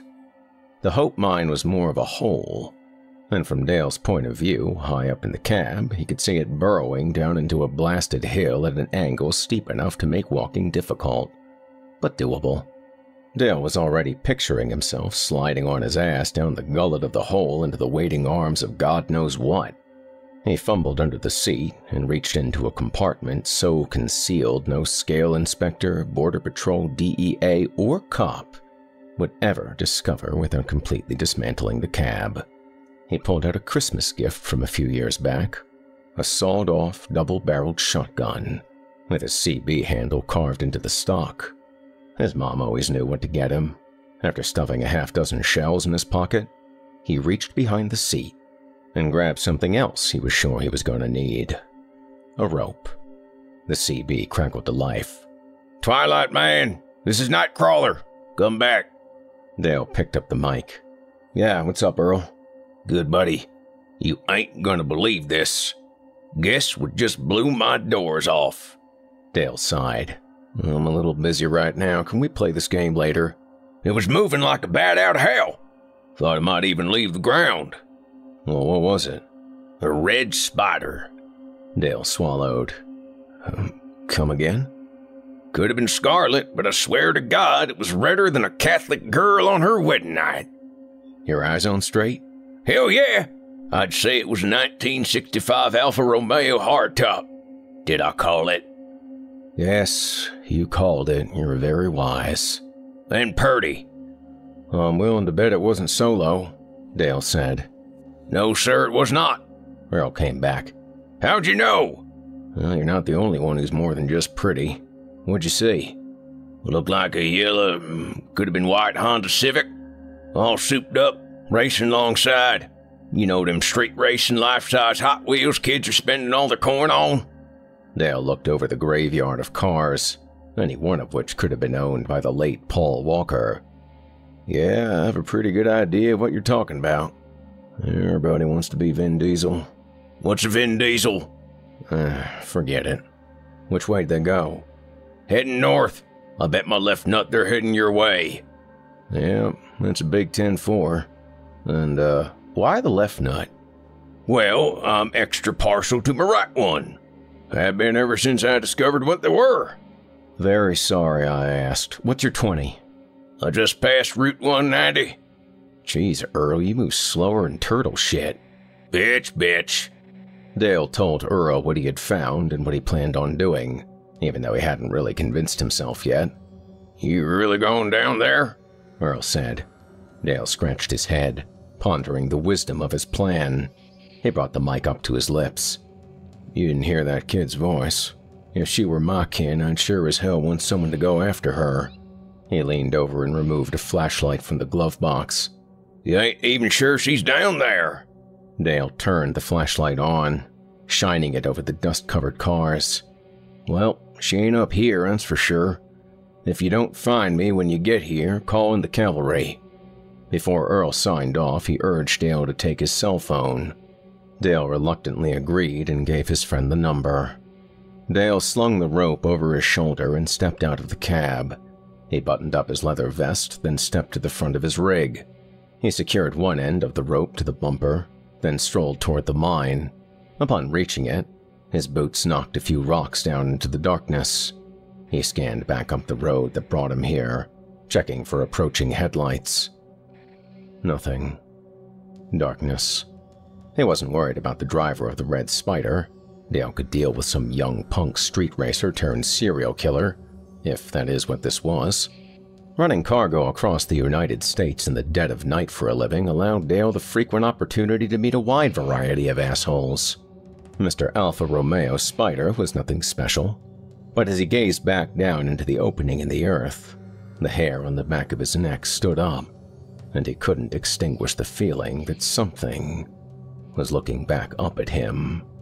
Something cold, something unfriendly, something ugly.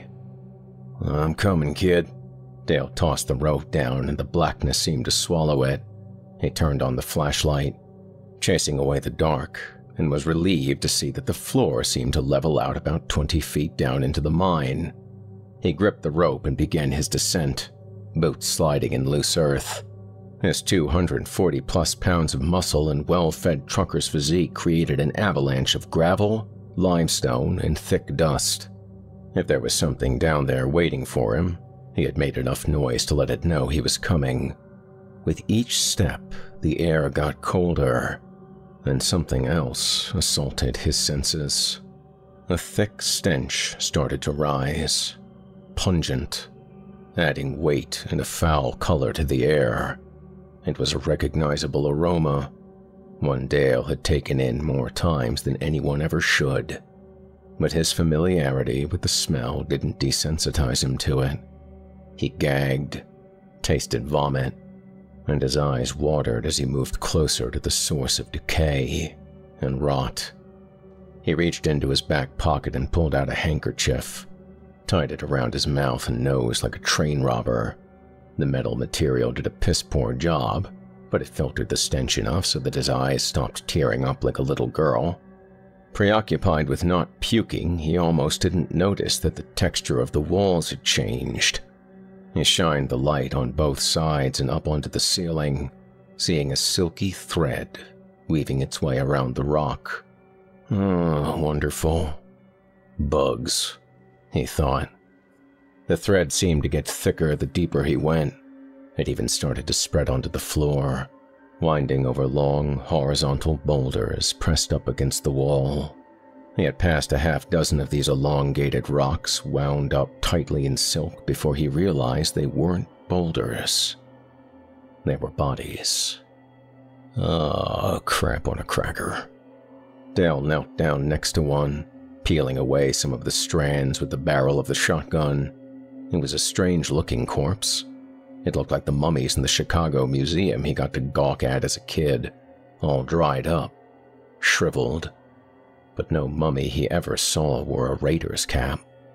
The light glinted off the NFL logo, and as Dale tapped it with the shotgun, the corpse's jaw dropped open with a crack. Dale stood back up, watching a spider the size of his hand crawl out from the shriveled body's throat. He noticed others crawling about, none larger than his palm. They moved over the bodies, feeding, their fangs pumping up and down, drinking in their meal. Dale narrowed his eyes, his blood beginning to boil. He turned on a heel and started heading deep into the mine. When he could, he adjusted his steps so that each one was followed by a crunching sound, bringing a satisfied grin to Dale's face as spiders died under his alligator skin boots. "Sandra?" he began to call, not giving a crap about being stealthy. If there was something down here wanting a fight, he was in the mood to oblige. Sandra's name echoed down the passage, and Dale could hear it reverberating for miles. He checked every body he passed for signs of life, knocking spiders to the ground with the barrel of his gun. The bodies were in various stages of decomposition, some looking very fresh, but none were alive. He stopped to deliver an occasional twist of the heel as arachnids died underfoot, but he began to notice that the further he went into the belly of this nest, the more eight-legged bastards there were to crush. He burped out a sigh, beginning to feel defeated. If he went much deeper, they might grow so numerous he wouldn't be able to dispatch them with a simple twist of the boot. They were already starting to drop onto his arms and shoulders from the ceiling. Damn it! On the verge of turning back, his flashlight caught something silver and metallic on the ground. A smartphone. A hand lay on the dirt floor, still and close to the phone. Dale followed the arm up to its silk-cocooned body hanging from the ceiling. Enough silk strands had been torn away that an arm had managed to get free. Even beneath the wrapping, Dale could see that this body was fresher than the rest. Dale stepped over and pulled at the tightly wound silk around the torso. Big glittering letters in the girl's t-shirt read, "American Idol." He placed 2 fingers on her jugular. Nothing. He checked again. Still nothing. He bent down and retrieved the phone. A name was printed on the protective case. Sandra Cleveland. Damn. I'm sorry, Sandra.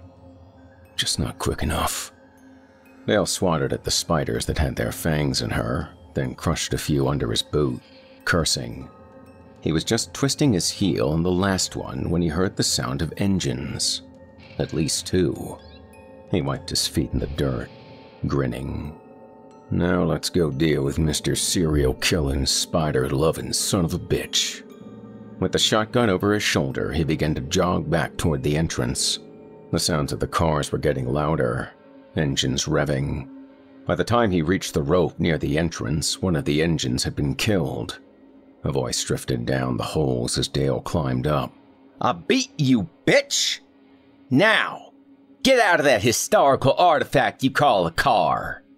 Dale reached the mouth of the mine and stepped up into the night. The first thing he saw was a teenage male, just old enough to shave, wearing an oversized sweatsuit, an unnecessary amount of gold chains around his neck, and a cap with the bill pointed backward. He was jumping up and down, and every few seconds he would perform some ludicrous dance move that the white kid clearly believed he had mastered. Beat you fat and square, I beat you fat and square, the teenager said, moving away from his modified street racer, a Honda Civic, with a chrome blower rising from the hood. He walked and sort of danced over the Italian car, a red Alfa Romeo Spider. Come on out! Let's see you losing biatch ass. The Spider just idled patiently as if it were waiting for something. Its black-tinted windows seemed to be keeping all its owner's secrets, and, as Dale stared at it, a chill moved through his body. It suddenly occurred to him that there may be more than one shithead in the Spider. 2, maybe 3 he could deal with. But if there were more, and they were armed, he decided to conceal himself, watch a while, and see what he was up against. He crouched down behind a pile of rocks just outside the mine's entrance as the teenager continued to taunt the driver of the Spider. Hey, you gonna show yourself or what? It's time to pay up, bitch! Let's see the pink slip! The teenager kicked the front tire of the Alfa Romeo. The Spider's engine revved, and the kid took several steps back. The engine roared again, and the car began to vibrate violently, looking like a rocket moments before leaving the launch pad. Dale felt the ground trembling beneath him. The teenager held up his hands as if he suddenly realized where he was, in the middle of nowhere, surrounded by derelict streetcars. You know what? Just keep it, man. He took 2 more steps back. I don't want that antique roadshow anyhow. Before the kid took another step backward, the engine suddenly switched off. The roar faded with a suddenness that took Dale by surprise. And then, the Spider was still. Dale stared at the car's windows, looking for movement. Nothing. So, all right then, the teenager said, tugging at his cap. I'll catch up with you on the road, biatch. The hardtop roof of the Spider began to move, accompanied by a high-pitched mechanical whine. The roof opened like the hood of a car. Dale rubbed his hairy chin. No idea Alfa Romeos could do that. The roof continued up and back until it lay flat on the trunk. The machinery that moved it cut off at the choke, creating a cold silence. The teenager took a step forward. That is sick! You tricked that yourself? Out of the opening in the Spider, a female head started to rise like a disembodied apparition. Long hair spun over her scalp, so black it melted into the night. A slender, creamy-skinned neck bled into smooth, naked shoulders. Her hands rose, gripping the top of the windshield. The teenager smiled at her. Hey, babe. You know I don't really want this time machine. He pointed at the Spider. Maybe we could work something else out? You know what I'm saying? The woman smiled back, her black lips framing white teeth. She ascended further, revealing round, naked breasts, nipples hard and gray. Oh yeah, the teenager said, stepping forward. I like a woman that drives commando. Watch yourself, kid, Dale muttered softly. She rose up even more, as if being lifted on a hydraulic platform. The teenager suddenly stopped moving forward. What the? Another set of breasts hung beneath the first, and another under them. The woman's engorged chest looked like a sow that had recently given birth, with gray nipples descending the length of her torso. The teenager pointed a finger. You freaky bitch! Stay the fuck... Something else emerged out of the Alfa Romeo. Long, thick, hairy. Oh shit, Dale said. One by one, 8 hair-covered legs, each the girth of an adult python, uncoiled from the car's interior. They stretched out as if waking from a long hibernation, then began to plank their arachnid feet on the dirt.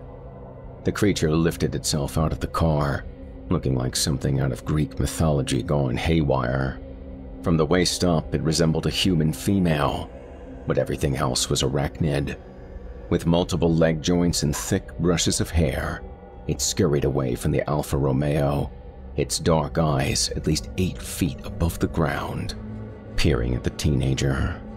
The boy who had been so animated only a minute ago seemed frozen in place, paralyzed in the creature's Medusa-like gaze. He didn't attempt to run, even when it scurried toward him. Its front legs bucked up, enveloping the boy. He was lifted off the ground, and 4 hairy legs began to spin his body. Silk shot out of the ass end of the creature, and within a few seconds, the boy was mummified, cocooned, for her children's consumption. The 8-legged monster then began to move toward the mine, its wrapped-up prize dragging behind. Dale hunkered down as much as his large body would allow, gripping the stock and barrel of the shotgun so tight his knuckles were pearl white. He knew the shotgun's kill range was less than 10 feet, but he wasn't looking forward to getting that close. God damn it, Earl, where the hell are you? All 8 legs came to a stop at the mouth of the mine. Its human half started to lean forward, and for a second, Dale thought she was just crouching to fit through the entrance. But he was wrong. The creature bent all the way forward, its human hand picking up something off the ground. It was Dale's rope. Her head and torso came back up, the rope gripped in both hands. Her black eyes seemed to follow the length of the rope tethered to Dale's truck. Well, shit. Dale readied the shotgun. So much for a surprise attack. Anger, vile and terrifying, consumed the creature's face. It started moving toward the truck, its human hands coiled into fists. After only a few yards, it stopped, the anger melting away to what Dale thought was concern, as if she just realized the rope also descended into her burrow, her nest. She sniffed at the air, like a wolf catching the scent of blood on a wounded animal. She cut loose her latest prize, lowered her head, and scurried down into the mine. The teenager's wrapped-up body rolled down a slope and out of sight. Dale waited a few seconds for the hair on the back of his neck to relax, then stood up, letting out a long breath he wasn't even aware he'd been holding. He stepped from behind the pile of rocks and made for his cab, already picturing himself sitting safely within its confines. He'd much rather shoot down at the thing from inside his truck, or better yet, catch the beast in a crossfire from high up with Earl and his .38 on one side, and him on the... A blood-curdling scream that was only part human exploded from the mine. Dale whirled around, shotgun at his hip as the anguished cries echoed behind him. Damn it, Earl, I could use some help here. Okay, nothing to panic about, Dale told himself. The bitch didn't see me up here, so she probably thinks I'm still in the hole somewhere. Just keep quiet, and a loud chirping noise shattered Dale's thought. He spun around looking for the source, which seemed to be behind him. After spinning a half circle, the chirping was behind him again. He did another fast 180, scanning the entrance of the mine for a few tense seconds. Then, he finally realized what it was. Goddamn phone. He pulled the cell phone from his back pocket, desperately trying to make it be quiet. He flipped it open, and after pressing several buttons, finally hit the green one. The screen lit up. The chirping stopped. He was about to whisper something into the phone when he realized that whispering was no longer necessary. Eyeshine glinted deep within the gullet of the mine, and it was moving toward him. Dale, you there? Earl's voice squeaked out of the tiny speaker. Dale didn't answer, just took several steps back, shotgun leveled at the mine's entrance in one hand, cell phone in the other. Hey, good buddy. I'm at your back door, Earl said. Find anything? Dale held the phone in front of his face and said, "A bug. A big fucking bug." He threw the phone into the mine and saw it bounce off the beast's chest. He gripped the barrel of the shotgun, anchoring the stock on his hip, just as the 8-legged monstrosity exited her lair. Pausing as it emerged, its back legs still lost in the mine's entrance, the beast seemed to know what Dale held in his hands, and it stood still, hissing, contemplating. She tilted her head, lowered her chin, and glared deep into Dale's eyes. The creature cast no visible shadow in the thin moonlight, but Dale felt himself being enveloped by it anyway, cold and scurrying up his spine. They stood motionless, like two gunfighters waiting for that undeniable moment demanding split-second reactions. "My God, you're 500 pounds ugly," Dale said. The creature slowly began to circle and hissed in a low, guttural tone, sounding not unlike his ex-wife. "Geez, I want to hear a woman hiss me all night long. I'll go visit my boy."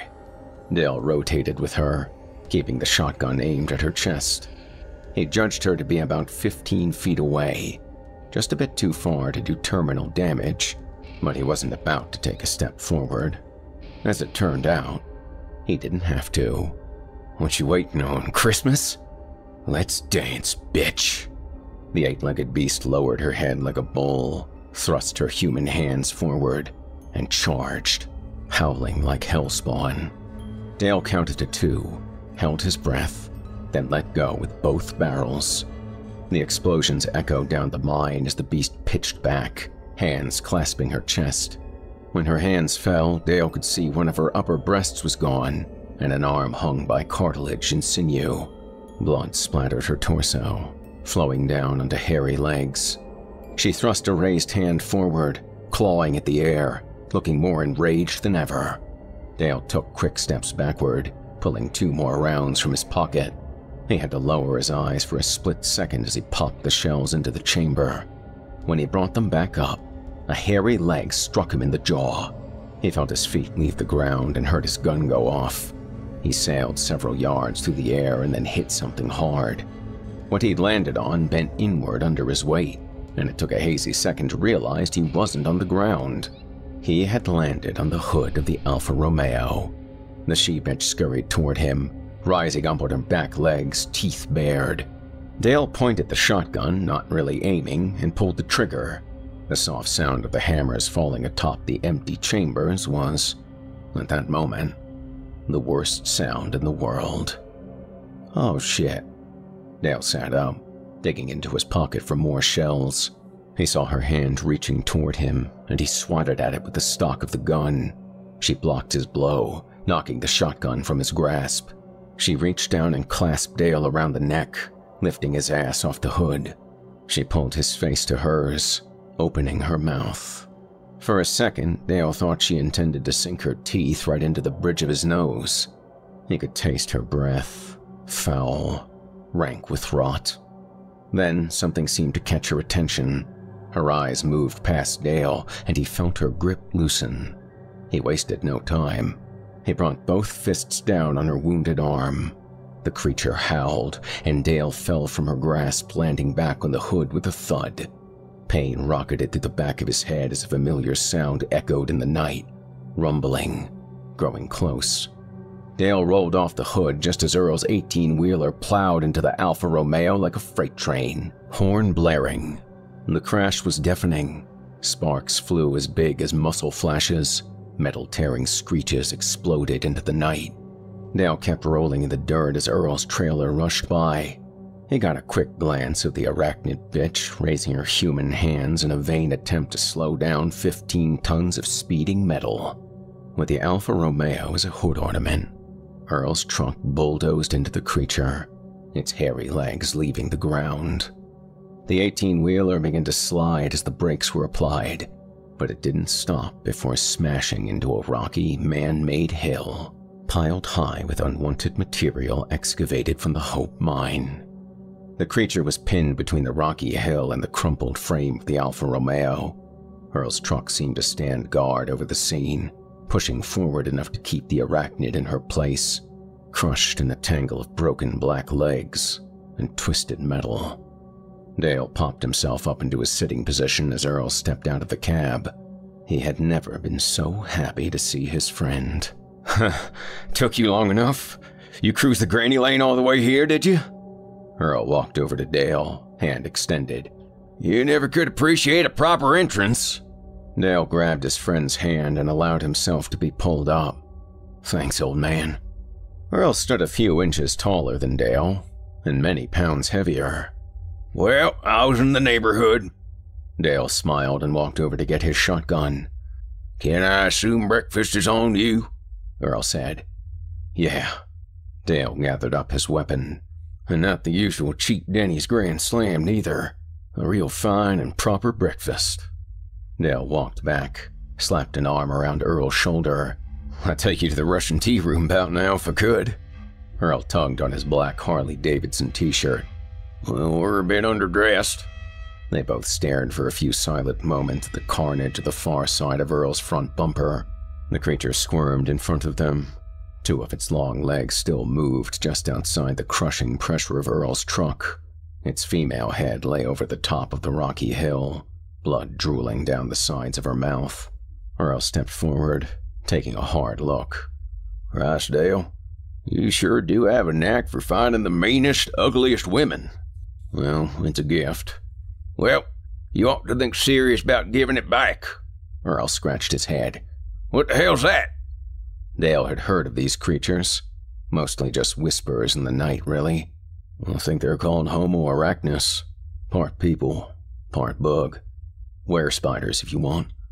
I think the last one on record died off in the 50s, along with them giant desert ants. Military took them out. Well, at least that's the rumor. Well, that rumor is in need of a status update. Earl looked over at the mine entrance. Oh, anyone alive down there? Nothing on two legs. Dale pointed down the slope. There's a kid down there in a silk wrapper. Probably just napping. Looks like Spider Bitch liked to stun her prey.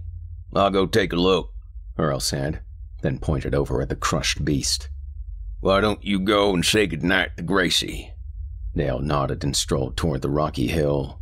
He pulled 2 shells from his pocket and loaded the shotgun. Closing the chamber, he climbed up and around the uppermost part of the hill, where the creature's head lay. Its black hair spilled out onto the dirt like crude oil, and Dale placed a boot on a few healthy strands, inches from her scalp. She tried to raise her head up, but Dale's boot held it down by its midnight-colored locks. She looked at him and hissed, blood spotting his jeans. In these final moments, Dale could never despise these things. Not much, anyway.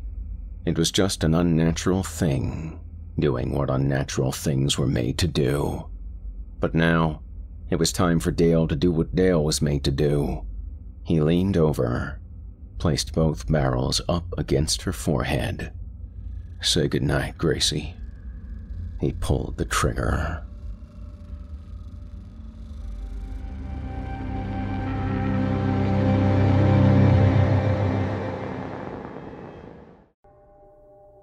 There is no such joy in taverns as upon the road thereto. Cormac McCarthy, Blood Meridian. Well, as Marie Antoinette once said to the maitre d', let them eat shit. David D. DeGuano, don't mess with Brett. Chapter 1. Welcome to Hell. What do I do for a living, you ask? I'm a writer. I deliver packages 50 or 60 hours a week, but that's more of a hobby than anything. I couldn't blame you for calling me more of a delivery guy than a writer, but it just wouldn't sound right. Could it be I identify as a writer? No, that's not right either. Identity is cheap. Identity is crude. Some people cling to it like a handrail through a hurricane. Me? I tell you I'm a writer with the conviction of a man considering a new brand of deodorant.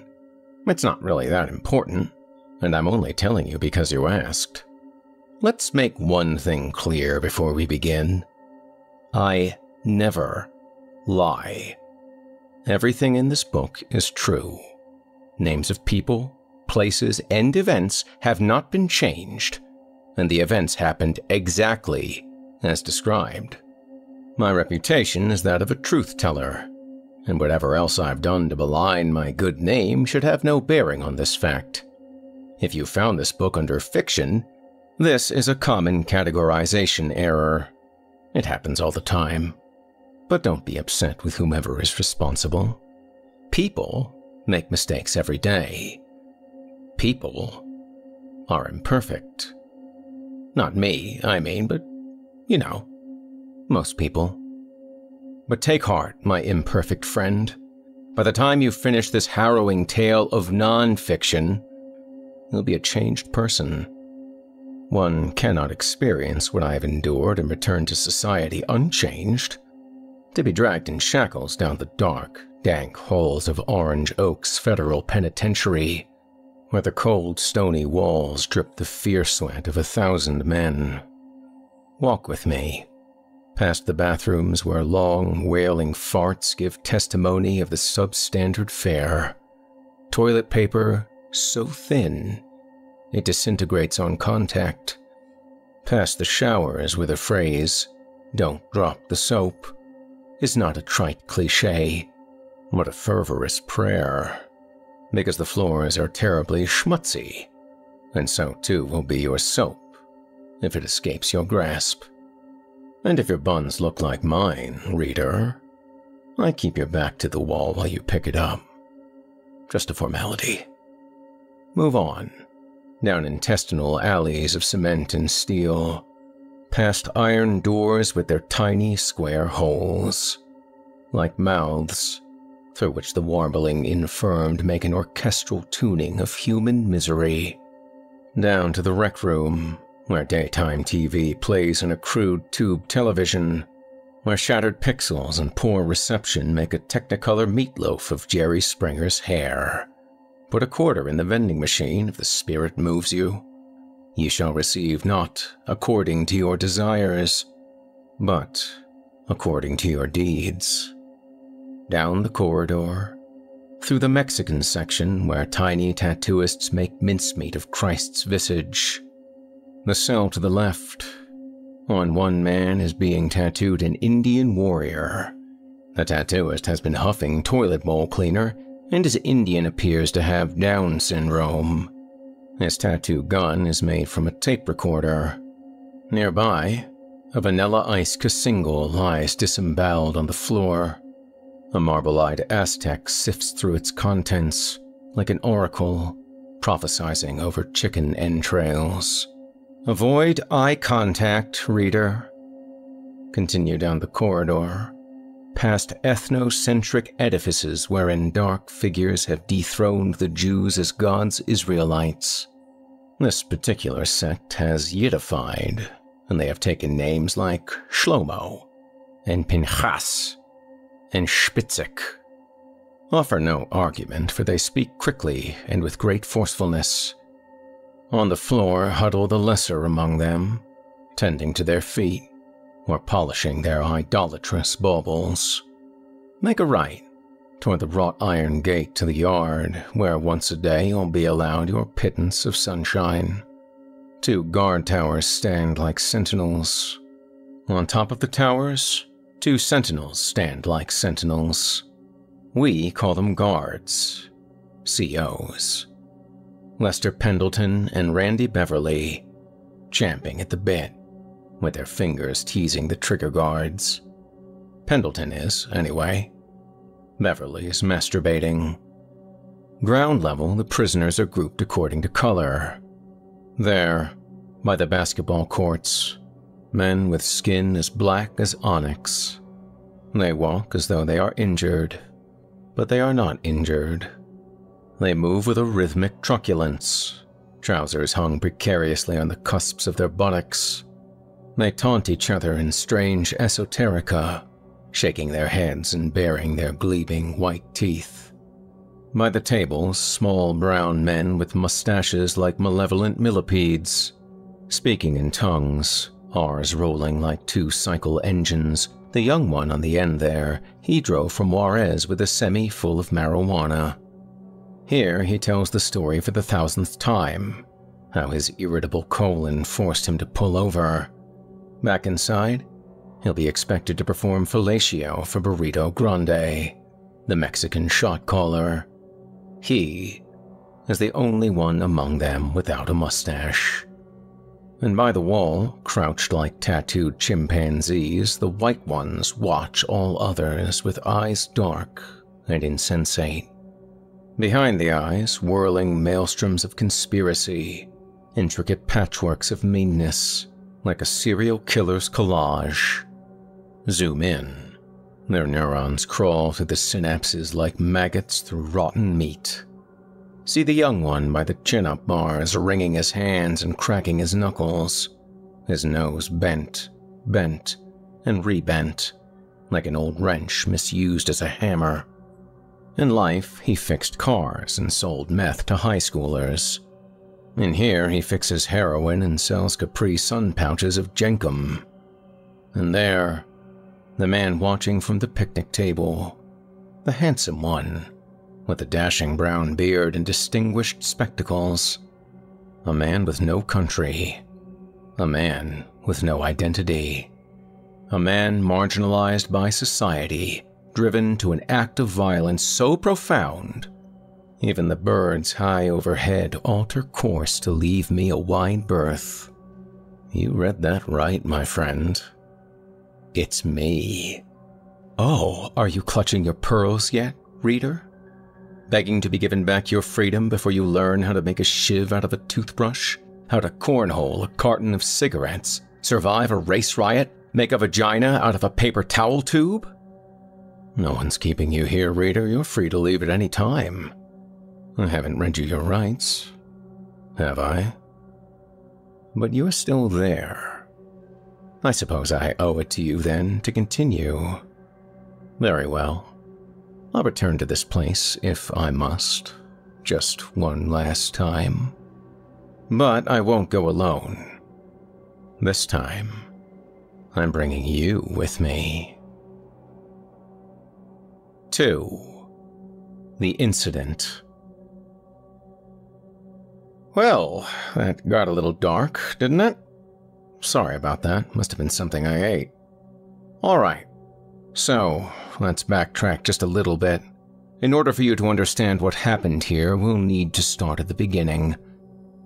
Okay, so I'm a writer whose hobby is delivering packages, yada yada yada. I deliver all sorts of unusual stuff. Frozen animals intended for taxidermy, canisters of sperm intended for fertility clinics, even dildos intended for the voracious vaginas of lonely housewives. I'm not trying to be crude here, these are near-daily occurrences. Voracious Vaginas, incidentally, is a pretty good band name in case you've got a cocktail drum kit you're looking to put to use.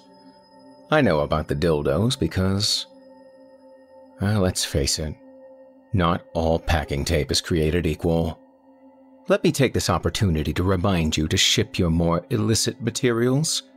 Drugs, dildos, severed fingers intended for ransom schemes, etc., with suitable packaging to maintain discretion. My next book will describe this process in painstaking detail. It's tentatively entitled How to Discreetly Ship Your Dildos, and awaiting editing at 740 pages long, so I'll abstain from going any further into it here. In the meantime, my point is this. I can be considered an expert in certain areas.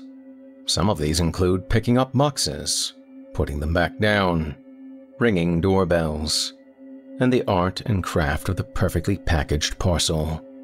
Alliteration is another, but we won't get into that here. Chief among my talents, though, is Mortal Kombat. Now, I know what you're thinking.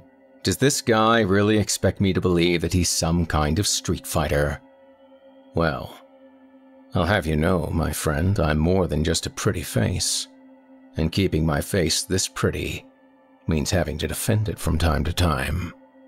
Aside from the occasional gunfight, thwarting of a terrorist plot, or saving some damsel in distress, most of my fights have been against geese. Certainly the most notable one. A goose is a large bird of Canadian heritage. They all look exactly alike. The geese, not Canadians.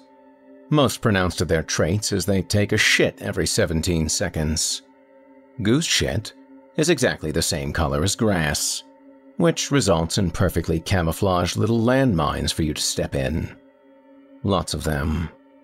At worst, Canadian geese can be considered foreign terrorists. At best, they are prolifically shitting assholes. Sound harsh? Picture someone important to you, your BFF maybe. Now, imagine they took a shit every 17 seconds, all the while rudely honking and nibbling grass. Now ask yourself, do you still have the same esteem for this person? By any standard at all, can this be considered respectable? Of course not. And it isn't just their incontinence that makes geese intolerable. They may all look the same. Geese, not Canadians, but that only makes it harder to guess which ones are going to assault you while you're going about your business. Yes, sir, I've been in my fair share of goose fights. Geese love nesting in business parks, especially business parks I deliver in. During nesting season, the monogamous pairs will return to the same spot as their predecessors. It's sweet, in a way, until you remember that they're foreign terrorists. The female goose will sit on her eggs and the male goose will prowl the perimeter, looking for perceived threats. Once in a while, you'll get a wimpy one. They just kind of wander off and daydream like an ADD kid playing right field. I don't mind those guys. But inevitably, you're going to get the bad ones. Those asshole geese who've decided you're the problem. It makes you wonder how they got that way. In all my experience, I'm willing to call it projection. Mistrust all in whom the impulse to punish is powerful, Nietzsche famously said. They are people of a low sort and stock. The hangman and the bloodhound look out of their faces. Mistrust all who talk much of their justice. Verily, their souls lack more than honey, and when they call themselves the good and the just, do not forget that they would be Pharisees, if only they had power. The Canada Goose in a nutshell, I could not have said it better myself. World's Fair Drive in Franklin Township is the foundry in which my body was forged for battle. One particular season, Building 14, Unit F, the male goose in question was Nietzsche's classic Bronton tyrant. Stupid, too. He walked along the front of the building, strategically shitting on every entrance mat. He watched his reflection in the tinted glass doors as he went like a narcissistic bodybuilder, peacocking his way through the gym. He was obviously pretty proud of himself. How couldn't he be? He was playing his role to a T. I knew he was trouble the minute I saw him. On the fateful day of the Franklin Park showdown, I had a package for Unit F. The narcissistic bodybuilder goose and I locked eyes the moment I pulled over. I looked at the girl goose sitting on her nest, but she only seemed to shrug. Yeah, I realize geese don't really have shoulders, but whatever she did, it got the point across. What could she do about it? She made a poor life choice, shacked up with the first swinging dick that crossed her path, and here she was, sitting on her nest while this self-righteous, retarded sociopath showboated around World's Fair Drive, laying coils of green excrement like so many coils of green excrement. These things happen, she seemed to say. And the asshole goose? He was looking at me like a cartoon chicken leg. I hadn't even gotten out of the truck yet and the situation was already tense. Mind you, anyone familiar with my company knows neither rain, sleet, nor snow will keep us from delivering our parcels. And I wasn't about to back down from some overinflated oven roaster. Besides, I had a secret weapon. This is a good place to mention something about Canada geese that is fairly infuriating. The Canada goose happens to be a protected species under federal law. It is illegal to harm an asshole goose in the United States without permission from the U.S. Fish and Wildlife Service. The Canada goose, unquestionably the most common, prolifically shitting, obnoxious bird on the planet, in the entire universe, pending the discovery of extraterrestrial birds, is protected from harm by law. Now, if that warms your environmental little heart, consider this. Human beings are not protected from harm by law the same way Canada geese are. If you and I, fellow human, happen to cross paths one day, and I decide for some reason to bend over, open my mouth, and run 20 miles per hour into your private parts, you are perfectly entitled, under federal law, to defend yourself. For that, we should all be grateful. If a Canada goose does this to you, and it happens to be their specialty, just so you know, you are not legally allowed to defend yourself the same way you would against me. Author's note. For the record, I would never do this to you. At least, not maliciously. Add to this the fact that geese are perfectly entitled to shit anywhere they want, and you can see the implicit bias at work. When it comes down to it, there's only one way to describe this iniquity. It's racism, and I won't stand for it. Laws be damned, I have too much integrity to allow this injustice. Ironically, I knew Mr. Big Shot was thinking the same thing, in his bird-brained kind of way. From its perch on the overhead shelf in my trunk, I retrieved my Paisley umbrella, released the button on the thingy that held it closed, and brazenly stepped out of the truck. Maybe it wasn't exactly a secret weapon, or even much of a weapon at all, but its bright paisley pattern lent a sort of majesty much more impressive than the goose's plain, undistinguished plumage. He seemed to sense this as I opened the umbrella, seemed demoralized as I slid the umbrella's opening thingy back and forth, urging the bird to shoo and allow me safe passage. Instead, the bird took this as a declaration of war.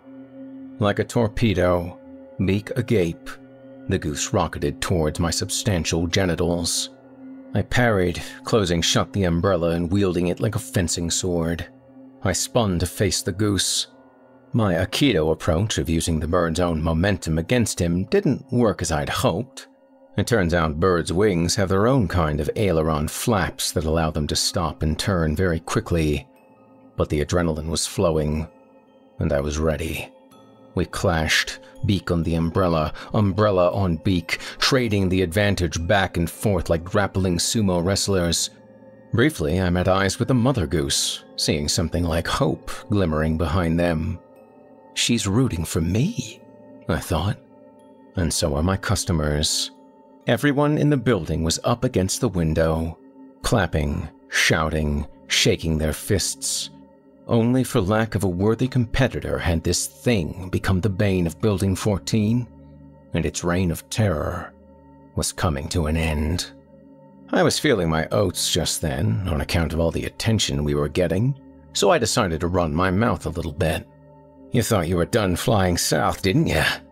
Well, you're only halfway there, buddy, because I am sending you straight to hell. The bird flapped wildly, but I suspect the pun was lost on him. No matter. At this point, I was performing for my audience. Should have stuck to the Great White North, cocksucker! The line landed perfectly, but so did my foot land on a particularly plump turd, and I lost my balance. Down I went, my fall mercifully cushioned by countless piles of green crap. The goose was on me. He wound up for a kind of finishing move. Were it not for my quick thinking, his beak would have ended up nostril deep in my chest. Instead, I turned the umbrella sideways and caught the goose's open maw as it came down to eviscerate me.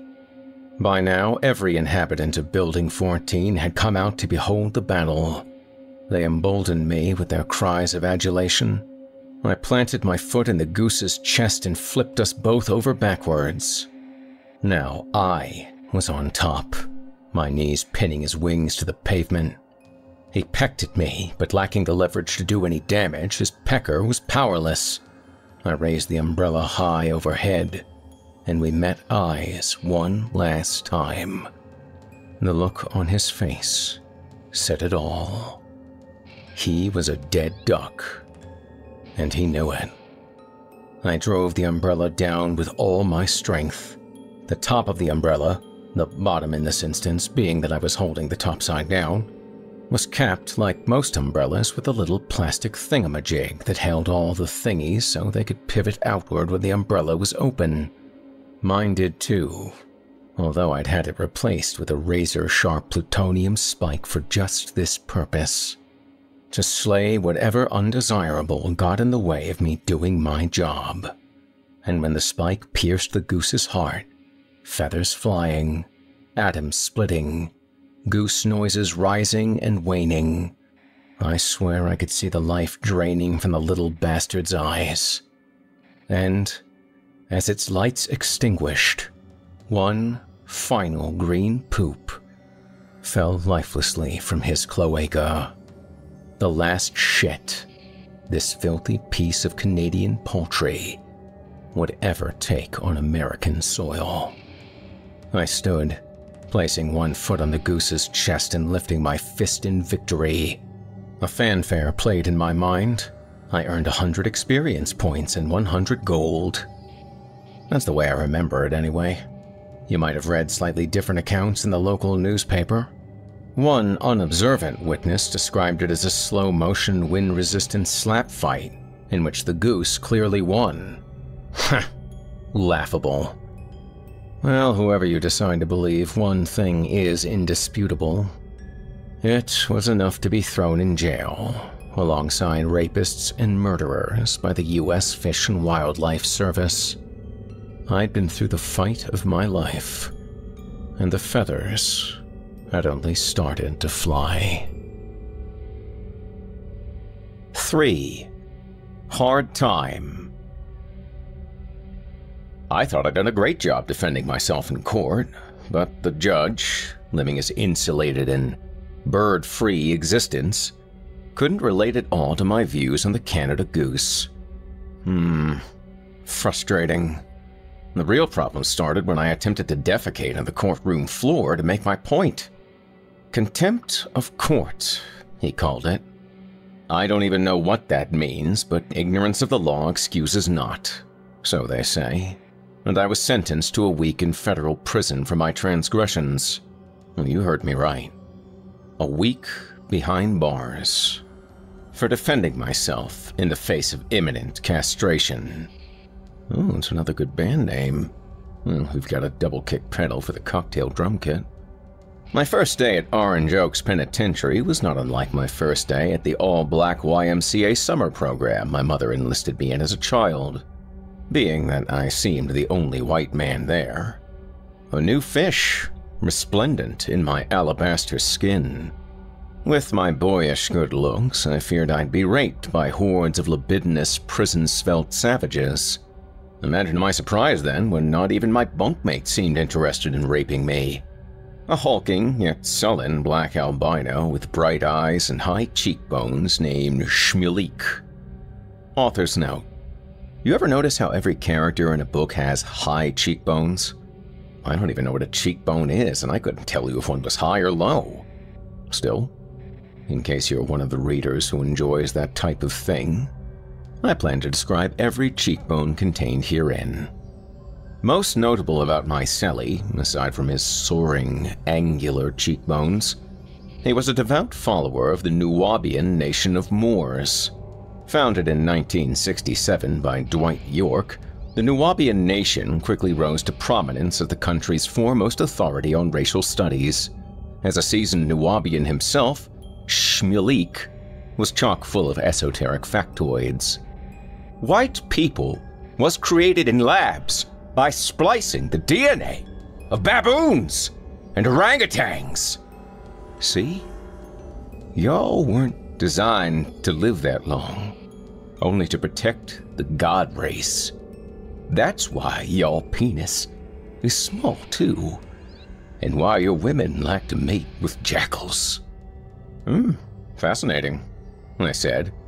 This was after a near hour-long dissertation, mind you. I hadn't even introduced myself yet. "I'm Jeff, by the way," I said. "Schmalik," he said. He offered a fist a bump. Reflexively, I shook it. Had he offered a hand to shake, I'd have presented my fist. I have a deep abiding fear of complicated handshakes. I thought I'd try to change the subject just then, maybe find out what time we had meals, when we were allowed out in the yard, etc. Instead, he taught me about miscegenation, the mixing of races. How such an infamy produced neutrinoids, with no particular racial affiliation. He harped on the Caucasianoid race, the Mongoloid race, and the inferior hybrid races. He discussed genetically inferior people whose roots lay in extraterrestrial space races. He spoke about the Tamahu, the Caucasianoid race, which included yours truly. But, finally, he talked about the Nibiru, an enormous Nubian mothership which would one day collect all its followers and lift them up into space, where they'd live rent-free for 1,000 years. I'd kinda tuned out during most of the race stuff, but that last bit I found incredibly titillating. The Nibiru, you said it was called? That's right. It's hanging out there in the solar system right now. Some call it Planet X. Some call it Nibiru. Whatever you want to call it, it's sure as hell there. And it's sure as hell coming. And when it does, you can bet I'm sure as hell gonna be ready. Blowing this popsicle stand. Know what I'm saying? Are there geese up there? I asked. Geese? Ain't no geese, man. Hell no. Incredible, I said. Did I mean incredible as in non-credible, or incredible as in incredible? At the time, I wasn't quite sure. In times of great stress, I found one has the tendency to grasp for ideology as a kind of handhold to the turbulence. One thing I knew for sure, when Nibiru came to Earth, I was sure as hell going to be ready too. I'd be right there at the door with Schmalik. We would both blow this popsicle stand. And when is Nibiru supposed to come again? Nobody knows, man. But it could be any day now. After lunch, they allowed our block into the rec room. A sense of segregation in the air, without exception. The Caucasianoids remained clustered in their designated area. Schmalik sat by himself at what I assumed was the black albino table. I'd heard prison was like this, so it shouldn't have surprised me. It just all seemed so petty, considering there was a floating mothership out there waiting to take us all into outer space. Would there be separate tables up there too? I highly doubted it. In space, you could look out the window and see the world in perspective. A flat, circular disk with its sun faithfully revolving it. In space, everything would make sense. I waited in line for my turn to use the payphone and left my boss a voicemail that said I was feeling under the weather and would probably be calling out on Monday. I had 5 sick days left, just enough to serve my sentence and get back to work the following week, unless Nibiru arrived in the interim, of course. In either case, I'd prefer to keep this whole business of being a convicted criminal to myself. The convicts played cards, dominoes, etc. in their exclusive little communities, but I wasn't feeling particularly social. I was weary, beaten. I felt a distant kinship with those poor souls stacking lumber in Siberian labor camps, political prisoners kneeling on rice in North Korean gulags, indentured servants in Greenland cutting huge blocks of ice for their Eskimo overlords. It was all too much to bear. I retired to my cell and began writing my memoirs.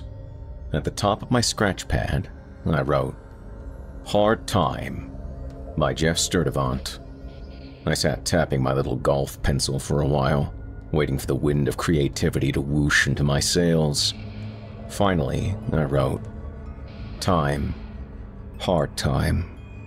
The ticks of the second hand ring through the cold concrete and steel. The winter brings death, The summer brings pestilence. The spring brings longing. Deep, aching longing. That's pretty good, I thought. My mind promptly wandered then.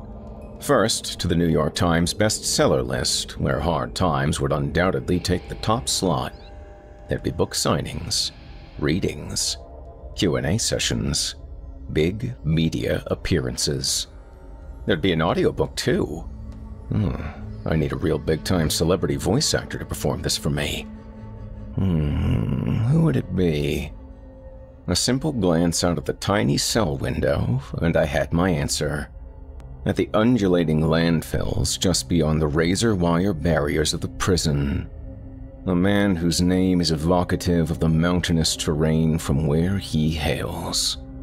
With a blue steel baritone that shook loose the snow caps of the Rocky Mountains. 12 skiers died in that avalanche. Who better a narrator than Jason Hill? A man with more blood on his hands than even me. Wheel! It was the dinner bell. I've been writing for 4 hours. 30 words into my latest bestseller. But they were good words. 4. Dashed Hopes. Locked back down in our cell to digest the plasticine bologna and baked beans we were fed for dinner, Shmulik resumed educating me on the mongrel races that plague our civilization. I, it turns out, am a neutrinoid. Part Tamahu, part Jew. The genetic frappe resulting in a kind of abominable stew responsible for most of the world's problems. And here I'd been feeling insecure about my male pattern baldness. Take heart, neutrinoid, Shmulik said. No one is perfect. Not here on Earth. My great hope is that when Nibiru brings me up to the mothership, the Ether 9 will restore my pigment and make me whole again. I'm sure they will, I said. Shmulik smiled. Thanks, man. Nuabu. Just then, there was a little pit-pat sound out in the corridor. We both turned to look. Just beyond the bars was a little paper football. It seemed to be twitching. I looked at Shmulik. It's a kite, he said. It's for you. For me? How do you know? You're the new fish, he said. This is a neutral cell. Since neither the whites, the blacks, or the Mexicans will affiliate with me, they put the new guys in here their first night to get them acclimated. Tomorrow, you'll need to get associated. That note there's an invitation. What if I don't want to be associated? I asked. He chuckled. Just grab the kite, man. Give the line 2 quick jerks to let them know you got it. I leaned against the cold cell bars. Beyond, what looked like a long string of dental floss ran into the dark down the hall. I reached through and picked up the paper football and detached it. I gave the line 2 quick jerks like Shmulik had told me to, and it withdrew into the darkness like a timid tapeworm. Back on my bunk, I unfolded the note. It read, Greetings, white brother. We haven't met, but an associate tells me you look like a pretty sturdy peckerwood, and we're happy to have you aboard. These are trying times in Cell Block D. The whites are at war with the blacks. The Mexicans are at war with us both. And we're all at war with the guards.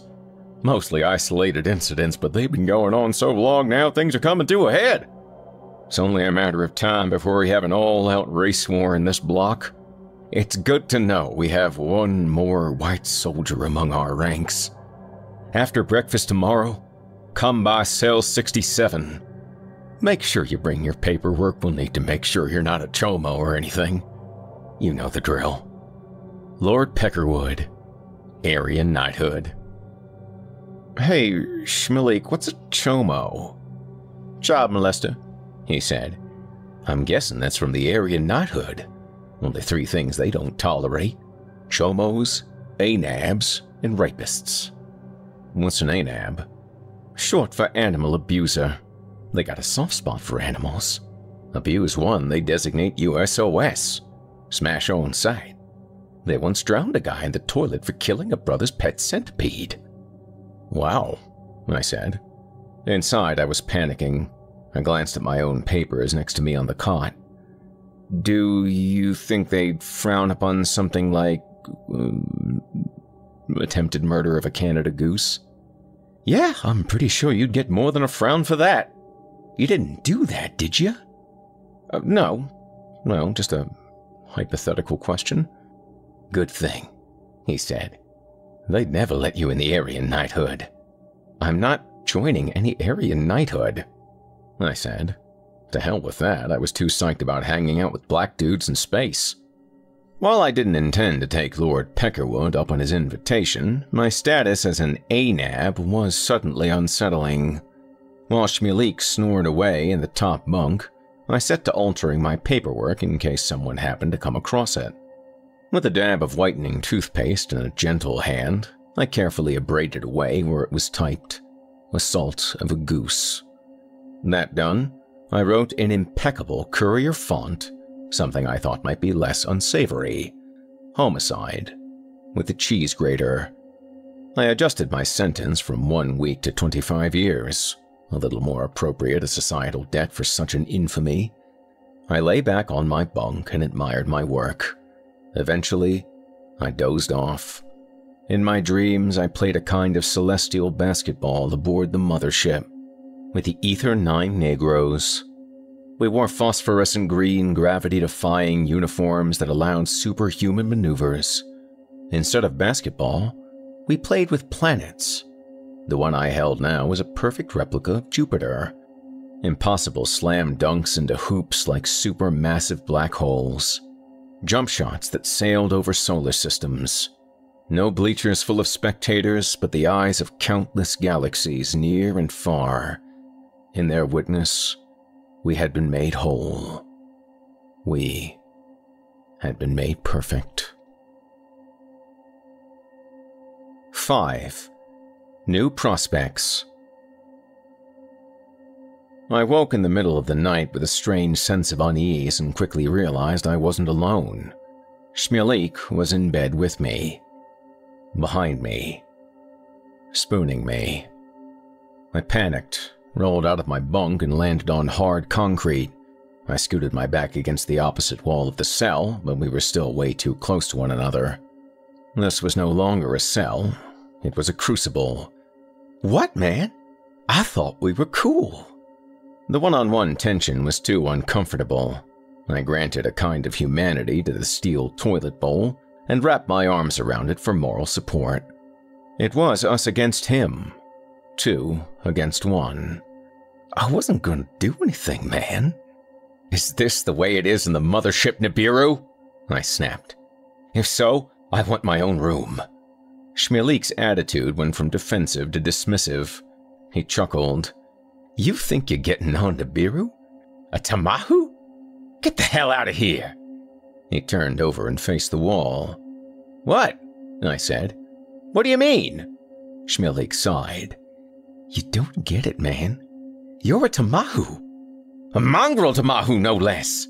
Half baboon, half orangutan, half Jew, half whatever else. You ain't getting on Nibiru with the Ether 9, man. We are going up there to get away from your kind, so we can train for the Great War. And when we come back, we're gonna wipe all of you out anyway. So, why would we let you on in the first place? I was stunned. My dreams of interplanetary existence dashed to pieces in an instant. How could I have been so naive? Of course I wouldn't be allowed in the Nuwabian mothership. I wasn't even allowed in their corner of the rec room. I wasn't allowed at their table in the cafeteria. I wasn't one of them. Fine, I said. I don't really like basketball anyway. Sometime later, after Shmulik was soundly snoring, I allowed myself to doze off on the floor. Dreams of Caucasoid genocide, Nuwabian spacecrafts hovering high overhead, shining black jump ships delivering their payloads of dive-bombing goose-shaped projectiles, metallic maws agape, shredding through defenseless white genitals. mine among them. The skies a swirl with fiery goose down, red paisley death. Horizon to horizon, the stars were winking out. In my dreams, I knew why. They were turning their backs. I sat alone at breakfast the next morning. I noticed the Aryan guys eyeballing me from their table across the room. Not maliciously. Curiously, perhaps. Then I remembered I was supposed to visit Lord Peckerwood in Cell 67 afterward. I didn't really feel like it, but I guessed it would be rude to not show up. Was I supposed to bring a gift? I stopped by the store after breakfast, which was a small cart attended by an elderly Nuwabian named Avram with asymmetrical cheekbones. I bought a pack of gum to be charged to my commissary account, retrieved my papers from my cell, and made my way to Cell 67. Cell 67 was easy to recognize with all the Nazi flags and paraphernalia. There were two muscle-bound men inside, dark eyes, shaved heads, tattoos abound. At the sight of me, though, their expressions warmed. I have this effect on people, I found, even Nazis. "Welcome, brother," said one of the robustly cheeked men. He stood and shook my hand. I had no time to decide how I'd handle the handshake, but it turned out to be fairly standard issue. "I'm Lord Peckerwood. This here is my first in command, McClyster." I shook McClyster's hand and introduced myself. "Brought you some gum," I said. "Well, goddamn," McClyster said, accepting the gift. "A sturdy Peckerwood, and a gentleman to boot." "I wanted to welcome you personally," Peckerwood said. "Our numbers in this block have been dwindling. Even McClyster here is coming up on the last 6 months of his sentence. At the rate we're going, by next year, we'll be too outnumbered to defend ourselves. We'll get plumb overrun in our own cell block. Thank God you showed up when you did." I had to admit they certainly knew how to make a guy feel important. McClyster asked for my paperwork and I handed it over. I held my breath while they went over the details. Would they be able to recognize the forgery? "Homicide with a cheese grater. Well, goddamn." "I'll tell you what," said Lord Peckerwood. "That's about the most sadistic, fucked up shit I ever heard in my life." "You sound just right." "Thank you," I said. I was voted most sadistic, fucked up student in my high school yearbook. "Same here," said Peckerwood.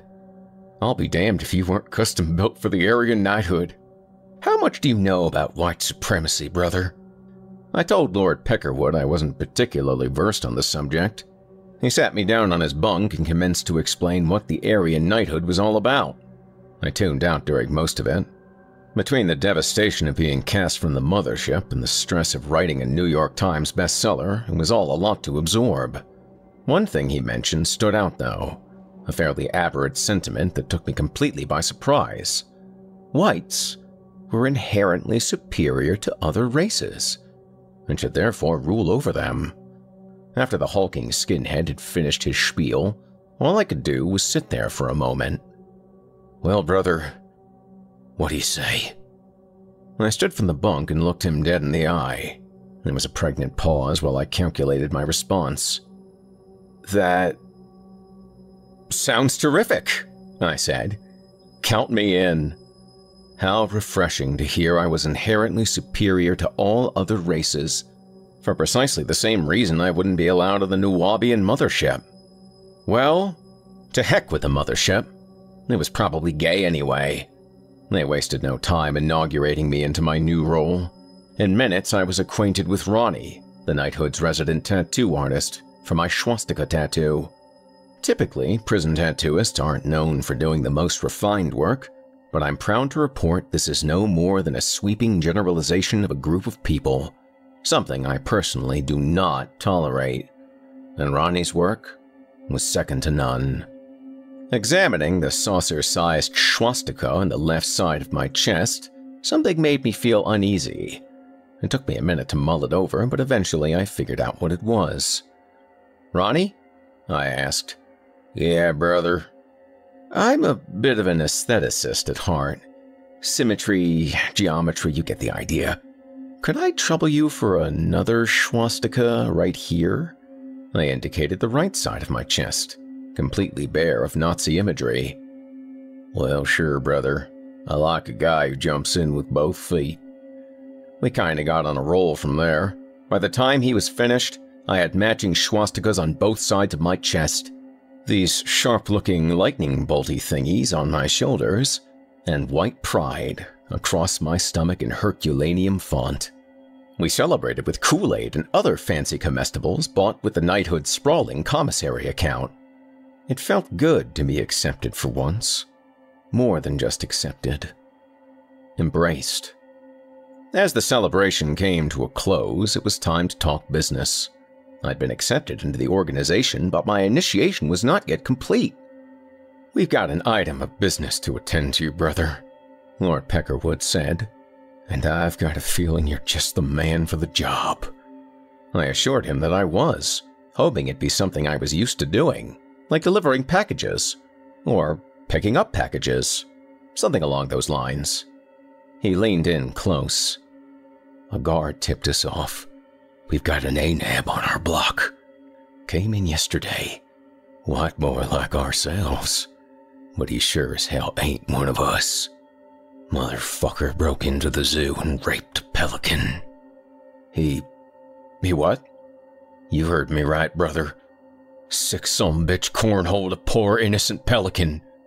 Or maybe it was in the egg hole. I don't really know the specifics, not that it matters. The important thing here is we got a Major League ANAB, and I have designated him Smash on sight. And the guy who's gonna smash him is you. Chapter 6. Brass Tacks. Lord Peckerwood had me moved to a cell in the white section of the block. My new cellmate was a mildly retarded white supremacist named Gilbert, whose cheekbones were fairly nondescript. He spent most of his time folding a dollar bill in peculiar ways to decode secret messages from the Illuminati. He was a decent cook, though. He welcomed me to my new home with a nice candy bar parmesan. And he didn't try to rape me last night, so I woke well rested. Recipe: candy bar parmesan. Serves 2. Warm candy bar in armpits until chocolate is tacky. Roll candy bars in breadcrumbs from stale sandwich bread until suitably coated. Slather ketchup from 2 ketchup packets on breaded candy bars. Cover each with a slice of American cheese. Warm on heater until melted. Serve and enjoy. He was also kind enough to make me my very own prison pussy. No one had ever made me one of those before, and I found it a kind of touching gesture. I thanked him and told him I make love to it at my earliest convenience. Recipe: prison pussy. Serves 1. Fill 1 Ziploc sandwich bag with marmalade. Stuff bag into empty paper towel roll. Decorate outside with tasteful designs, being flowers, butterflies, etc., or use a stencil to inscribe it with a tender sentiment. In this case, he had written, "Best Pals." Today was an important day. I'd be working out the details to smash the pelican rapist, thus solidifying my membership in the area knighthood and ensuring my continued supremacy. The problem was, and perhaps you've guessed this much by now, I've been a little misleading about certain details in this story. Misleading might be too strong a word, actually, especially for a guy who's as honest as me. I'll admit to futzing with rhetoric at times, maybe being a little hyperbolic. Yeah, I'll go with hyperbolic.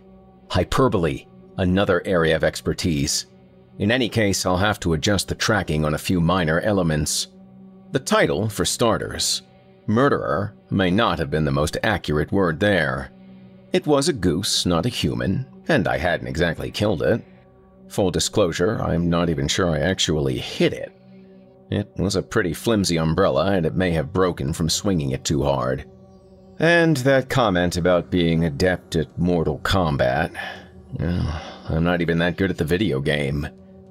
So, this guy I'm supposed to smash While duck soup for your average battle-hardened Aryan warrior is probably way tougher than I am, and I doubt I could hurt him at all, let alone smash him. After all, he's obviously strong enough to hold down a pelican. The man's name is Kevin Morton. He's around my height, but has at least 40 pounds on me. With his wispy hair and ruddy complexion, he's something like a bespectacled tomato. No cheekbones whatsoever. He looks precisely like the type of guy you'd expect to make love to a pelican without express consent. If it became his design, however, he could probably do the same to me. The plan of attack is ultimately my prerogative, but McClayster thinks my best bet is to attack him out in the yard while some of the others distract the guard. The guard posted on yard duty tomorrow is C.O. Beverly, the same crooked cop who blew Morton's cover in the first place. He'll be happy to look the other way. The idea is this. With a sufficient smashing, the prison will have no choice but to move the pelican rapist out of our block, creating a vacancy for a more suitable white brother. The stakes are high. If I'm caught somehow, I'll most certainly have time tacked onto my sentence, and I only have enough sick days to get me through this 1 week. Worse still, if I mess this thing up, I'll end up bringing heat on the Aryan knighthood. The whole D-block could end up in lockdown. I might end up getting smashed over it myself. At the very least, I'll have my white supremacy revoked, and end up prostrated at the door to Nibiru, never to be let aboard. A man with no country. A man with no identity. How very sad. Brass tacks. I had to find a way to pull this off and in spectacular fashion. After breakfast, I went to the rec room to think about it. Quickly, though, my mind wandered to my bestseller in the making. Only about 30 words so far, but the thing had potential. I hadn't worked on it since that first session, but it was probably a good idea to let it breathe anyway. Hard time. In the meantime, I thought I'd get prepared for the big release. The audiobook was a crucial matter. I'd need to contact my chosen narrator and lock down this deal. I couldn't have him bogged down with lesser books once Hard Time was ready for publication. I waited my turn for the phone and dialed information. Once I had Jason Hill's number, I wrote it on the wall next to the payphone with my little golf pencil. I called collect, recorded my name as the one and only Jeff. Speak. Hey, oh, there's that voice. Thanks for taking the call. This is Jeff Sturdivant. Who? Do we know each other? Jeff Sturdivant, the author. Hey, you'll never guess where I am right now. Wait, hold on. Wait, who the fuck is Jeff Sturdivant? What? Oh, right. The Flurf guy? Yeah, see? Anyway, I wanted to ask you... Listen, bro, I've got like 5 girls lying here. Can we maybe... You'll never believe where I am right now. The big house, man. Doing Hard Time. You're in jail? What did you do? It's not important. What's important is I've got a big bestseller in the works. Think of it as Orange is the New Black meets Hellraiser meets Terminator meets Bloodsport meets Time Cop. It's going to be pretty wild, man. And guess who's going to narrate the audiobook? You are, my friend! The Rocky Mountain Madman! My schedule's pretty full up, bro. Listen, I've got company right now. Can we maybe... It's settled then, I said. I'll have my people contact your people.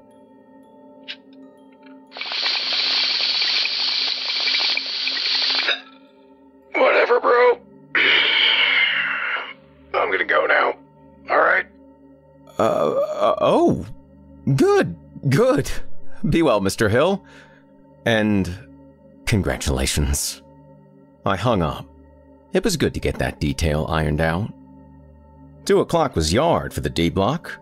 C.O. Pendleton was up at the tower, loading, unloading, reloading his rifle. Wednesdays, everyone was perfectly behaved. Thursdays, C.O. Beverly stood watch. The yard was a free-for-all. The idea came to me while we were doing push-ups by the chin-up bars. Looking to my right, I saw Morton in his usual place, alone, bouncing a tennis ball against the wall near the bathrooms. He never left the area, never went into the bathroom, always in full view of the guard tower. I think he had a pretty good idea there was a target on his back. I'm going to talk to him, I told McClyster. What? Why would you want to do that? I'm going to get his trust, I said. That way, when he sees me coming tomorrow, he won't think anything of it. McClyster appeared to roll that around in his head for a minute. We met eyes. Psychological warfare. I like it, brother. Do what you gotta do. I'll make sure the others know it's above board. I nodded and the two of us got to our feet. I made my way toward the bathroom, keeping a perfectly amiable look on my face. Something odd came over him when he saw me approach. I was worried he might hit me before I even said anything. "Hey there," I said. "I'm Jeff. Thought you might need some company. Are you one of those Nazis? I don't want to talk to any Nazis." Not really. I'm actually Jewish. I was Nubian for a day. Can you believe it? If you're not a Nazi, then why do you have 2 swastikas in your chest, SS bolts on both your shoulders, and white pride written across your stomach in Herculaneum font? Oh, you mean these? I brushed my shoulder as if to swat the pesky bolts away. Then I shrugged. I can be impulsive at times. Sometimes you just want to fit in, you know? He sighed, looked down briefly. Yeah, well, I guess we all make poor decisions at one time or another. I nodded. You're talking about the Pelican, I gather? Morton's eyes turned cold. How do you know about that? Hey, settle down. I don't want to panic you, but people do know about it. That's why I'm here, right now. I think the guy could sense well enough that I wasn't about to stab him. I'm just not a stabby-looking guy. If anything, I radiate a kind of saintly beatitude that penetrates deeper than steel. Just in case, though, I positioned my eyebrows at such an angle that bathed him in empathy. It's a talent of mine. Very disarming. What am I supposed to do? He asked. I made a mistake. I wish I didn't. I couldn't help it. I take it easy, I said. I put my hand on Morton's shoulder, leaned in close. I'm not judging you one bit. We all have issues with birds every now and then. I couldn't care less. But those men, back there, the ones with the practical haircuts, they care an awful lot about it. And they expect something out of us. Both of us. So, that's our job right now. We have to figure out how we're going to give it to them. 7. Smash Day. The day had arrived. It was an ambitious plan I'd come up with, but certainly more feasible than a conventional smashing. After our little chat in the yard, I'd learned the following about Kevin Morton. He had indeed made love to a number of pelicans, and regretted each one more than the last. His frequent bouts of ornithophilia had begun as a mysterious symptom of CTE, or chronic traumatic encephalopathy. He couldn't prove it in court, but he'd seen all manner of behavioral changes in his peers, all who happened to bump their heads and rattle their brains much more than your average Joe. Kevin was an ex-pro wrestler. It all started after being badly concussed during a ladder match. He lost interest in the sleazy ring rats who traveled around with his group. His first bird was a frozen chicken. His next was a roadkill buzzard. From there, things escalated. He took greater and greater risks. He traveled to faraway lands to fuck exotic poultry. He was nearly disemboweled in Australia while attempting to mount a cassowary.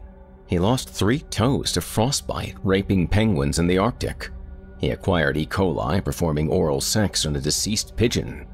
He was a man excommunicated from polite society. A man who'd lost his identity. How very sad. But out of that sad story was an opportunity for redemption. Our cells were only 3 apart, so we were able to shoot our kites back and forth after the lights went off last night. Gilbert was awake the whole time, but so engrossed in folding his dollar bill he had no idea of the conspiracy taking place. Every 5 minutes or so he'd squeal in victory, sure he'd uncovered some new secret of the Illuminati. Then he'd sigh and begin again. All the while, Kevin Morton and I were making plans, sharing suggestions, taking notes. By midnight, I was laying back on my bunk studying the sheet I'd compiled in the light of Gilbert's cigarette lighter, committing it to memory, visualizing it from start to finish. I knew Kevin was in his cell doing the same. D-Block was on yard and the Aryans were doing leg lifts by the chin-up bars. Morton was bouncing his ball out by the bathrooms and C.O. Beverly was masturbating up in the guard tower. With a glance back and forth, I confirmed to Lord Peckerwood that it was time. Time to smash this pelican rapist, this libertine of the lowest order. I got to my feet and started toward the bathrooms. I could feel the eyes of the Aryans on my back. I could sense their excitement. They wanted blood, and I was going to give it to them. Well, kind of. "Hey, Birdman!" I shouted. Morton turned to face me. I rushed him, swung a wild clothesline. He ducked. I turned disoriented. He ran to the cement wall of the blockhouse, bounced back with increased momentum, countered with a clothesline of his own. It landed, knocking me onto my back. I could hear a collective groan from the Aryan knighthood across the yard. No matter. This was merely the inciting incident of our three-act play. In the end, the protagonist would get his man. Morton picked me up by my hair, which was tricky since I had no hair, and hit me with a flurry of feather-soft punches which I sold mightily. He kicked me in the stomach, and I leapt into the air to exaggerate the impact. He axe-handled me to the ground, rebounded off the cement wall, returned again with a Hulk Hogan leg drop. The impact, while non-existent, generated an "ooh" from an audience I hadn't realized had formed. Through my half-lidded eyes, I saw something unusual. The Mexicans, the blacks, the whites. They had all gathered around to watch. I saw the anger and frustration in the Aryans' faces, the wide smiles of the blacks, uncharacteristically amused for this time of day. The Mexicans were bouncing around like jumping beans. I suspect they were nostalgic for the lucha libre competitions of their native Mexico, but they were all there, standing shoulder to shoulder. While Morton was peacocking around, showboating as only a pro wrestler can, I was slowly getting back to my feet. The blacks shouted ceaselessly for Morton to "Turn around, man! Look out, man! He's getting up, man!" But, of course, he would do nothing of the sort. In the end, the villain is undone by his fatal flaw. It was time to get smashed. Kind of. With a hand on Morton's shoulder, I spun him around. I swung a great fist, which sailed at least a foot in front of his face, but sent him spinning with the perceived impact. The Aryans erupted in cheers. I bounced off the elastic blockhouse and returned with an elbow drop, which hurt me a lot more than it did Kevin. Still, he writhed on the ground like I dropped a piano on his chest. I stood to face the audience and pulled my shirt off, tossed it into the crowd. Gilbert caught it in both hands and clutched it to his chest. I struck a most muscular pose, which sent my swastikas a ripple and delighted the audience. Even C.O. Beverly seemed rapt from the guard tower, but I could tell by his bobbing cheekbones that he was still masturbating. It was time for my finishing move. I picked Morton up by his hair and drove my knee into his guts. He doubled over obediently, and I stuck his head between my knees.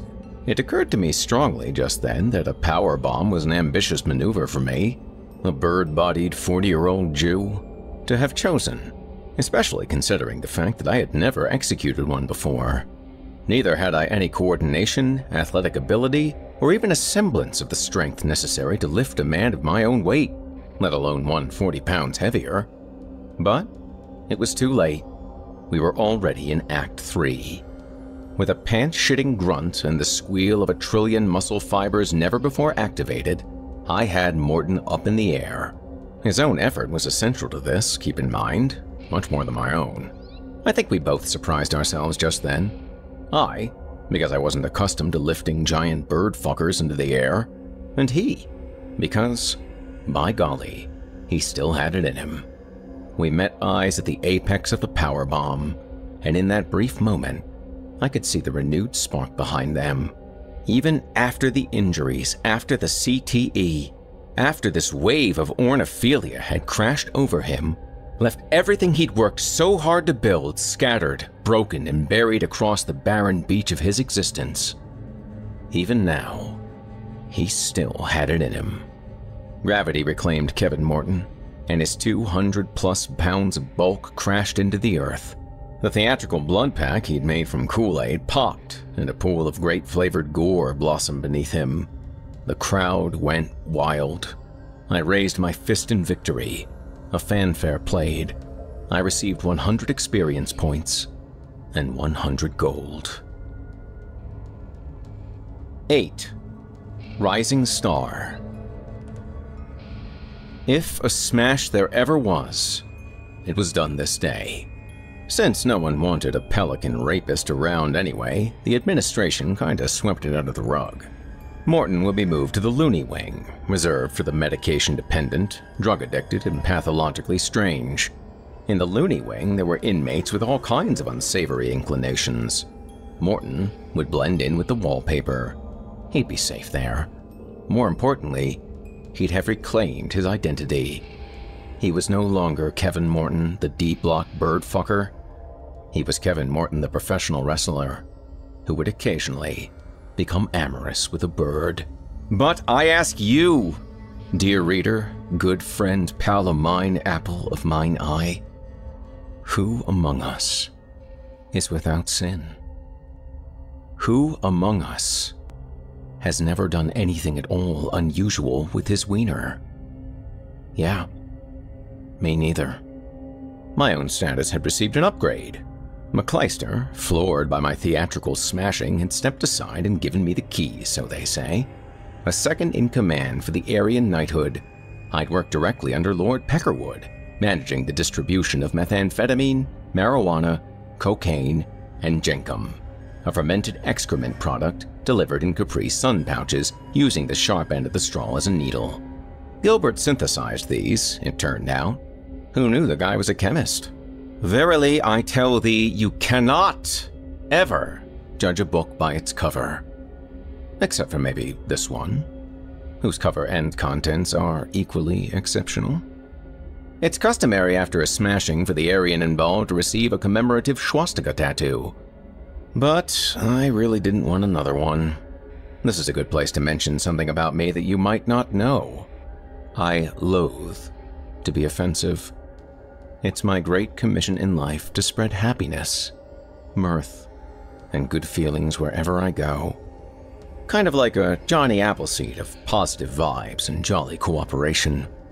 That said, I could never risk offending Ronnie by turning him down. So, he tattooed yet another swastika on my left butt cheek. Examining it in the mirror afterwards, it predictably threw off my sense of feng shui. "Could you do the other cheek too?" I asked. As usual, we got on a roll. After the second swastika was done, I let him attempt a freehand portrait of Adolf Hitler on my back. The plan was Hitler, in repose, thoughtfully stroking a kitten. I could tell by his disappointed grunts that it wasn't going well. Ultimately, I let him cover up the whole mess with a giant black swastika that ran the length and width of my back. Quite a few Bic cartridges bit the dust that afternoon. Now in the upper echelon of the elite white supremacist organization, the weight on my shoulders rivaled the soreness of my back and buttocks. I wondered if I could bring some meaningful change to the group, maybe help them be more likable to the general public. Was it too lofty a goal to teach them the folly of generalization? Maybe once I was running the place, I am Jewish, so I knew it was only a matter of time, I could teach them that stereotypes were offensive, and a little moderation might make white supremacy that much more palatable. Pipe dreams, of course. Even my illustrious promotion was bittersweet. Fact is, I'd only be holding this position until Saturday at noon. I felt bad that I'd lied to my new friends. They were under the impression I just started a 25-year bid. Since I never lie, my new position of power came with a measure of dissonance. But what choice did I have? If I hadn't forged my paperwork, I'd have been smashed myself, made to serve my own sentence in the Loony Wing, among deviants and degenerates. Oh, I'd certainly have been raked in there. You have to understand, I'm seriously good-looking, bordering gorgeous. Tight, perky-ass cheeks, velveteen skin. And have you seen my lips? I'm practically built for sucking cock. And believe me, I am not a guy who goes down easy. Back in my cell, I worked on my manuscript by the moonlight in my little window. I wrote, I yearned to feel the grass beneath my feet, to feel the... I tapped my pencil for a while. What did I yearn to feel? Tap, tap, tap. Tap, tap, tap. An hour or two later, I realized I didn't really yearn to feel anything. Something was fundamentally wrong with what I was doing here. Honest writing is a common refrain among writers that few of us genuinely understand. It occurred to me in a moment of clarity that the 42 words I'd so far compiled were not written honestly. While they might have been destined for bestseller status, I had far too much integrity to continue writing this way. This book would be honest, I decided, no matter the outcome. Not only the content, but its entire execution. No manipulative language to play on the reader's emotions to attempt to make the reader laugh or cry. No attempt at imagery to create pictures in the reader's minds. No metaphors, similes, or any attempt at all to appear clever. I bring with me only the tools I have at my disposal. No research to establish authority, no thesaurus to come up with ostentatious, extravagant, showy, baroque, or rococo adjectives to add color to my prose. I'd write nothing but the truth, the whole truth, and nothing but the truth. No cliched phrases either. Maybe this was the real reason I'd come here. A sentence handed down not by the state, but by Providence. God knew, with all the picking up packages, putting down packages, etc., there was just too much chaos out there to hear the whispers of wisdom all around us. The things that, once you realize them, seem so obvious. Yes, this was the real reason I'd been sentenced to prison. To glean this cosmic wisdom, not unlike Gilbert with his folded dollar bill, but with much greater implications. I had become a conduit of divine inspiration, a lens through which you all might have a chance to see things clearly again. Not a window from the observatory of the Nuwabian mothership, but two little self-centered windows on the front of an uncommon man. All you who accuse from your floor-to-ceiling penthouse windows that I can't see the forest for the trees, I say to you, you can't see the trees for the forest. I say, I myself am a tree. You're a tree. I grow alone, not with other trees, but despite them. Not all of us bear fruit. Mine happens to be delicious, but it's no obligation of yours to enjoy it. Neither is it mine to enjoy yours. Most of your fruit is bland and mealy. Some is fundamentally disgusting. Some positively poisonous.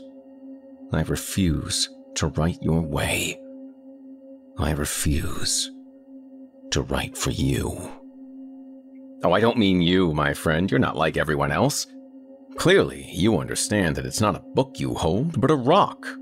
These are not words you read, but the composition of some eternal stone, undying, unending, incorruptible. Intrinsically, you understand that this very work you hold in your hands, or in your ears by way of the inimitable you-know-who, wink wink, is the most important literary work since the inception of written language. So far, I mean. These 8 chapters were written this very night in a single, furious session from my cell at Orange Oaks. I'll have to stop now because I don't know what happens next. My golf pencil is worn to a nub. Gilbert is asleep with his dollar bill on his chest. Before I retire myself, I'll throw my previous manuscript in the toilet and ceremoniously piss on it.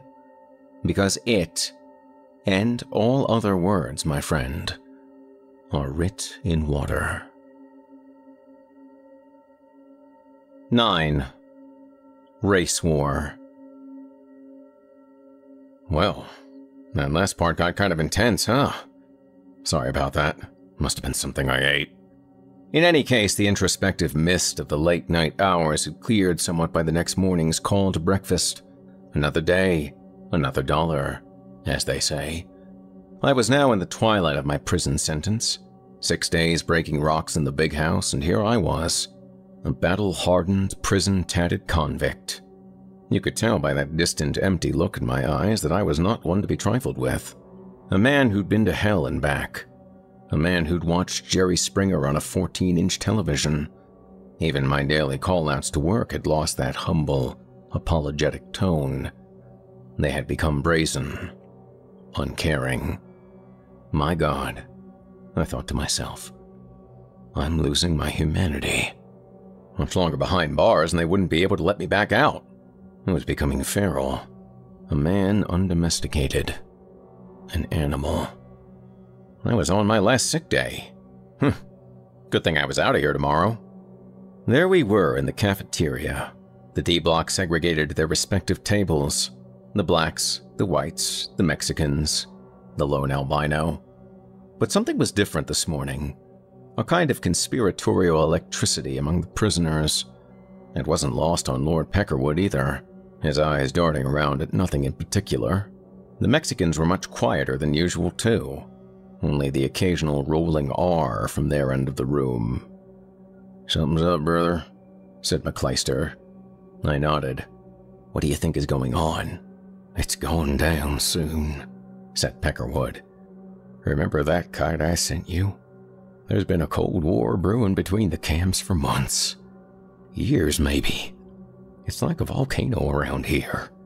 When a whole bunch of people hate each other for no reason like we do, the tension just builds up. Eventually, it's gotta pop." He was right. The tension was so thick you could cut it with a shiv. Thick as meatloaf. You could cut slices of it and garnish each with a parsley sprig. In line with our trays, it was plain to see that the black kitchen workers were doling out half portions of oatmeal to the whites and Mexicans, shoveling out full scoops for their melanized counterparts. And when it came time to sprinkle the raisins on top, the blacks would receive the choicest, most plump specimens, while the others were dry and desiccated. My own allotment was a single raisin, a runt to begin with. It was now no longer than the period at the end of this sentence. Not a raisin in the sun, but a raisin left in the sun to die. Pinchas, the Nubian raisin doler, placed this gingerly, almost symbolically atop my dollop of oatmeal as if to suggest this was the crown jewel of my breakfast. This was all I amounted to. This was all I was worth. We returned to our table, glaring dolefully at our discriminatory portions, while the blacks luxuriated in their lavish portions and rotund raisins. They weren't even hiding it anymore. They were practically trumpeting their disdain for us, not even pretending to be polite, during the most important meal of the day, no less. Breakfast.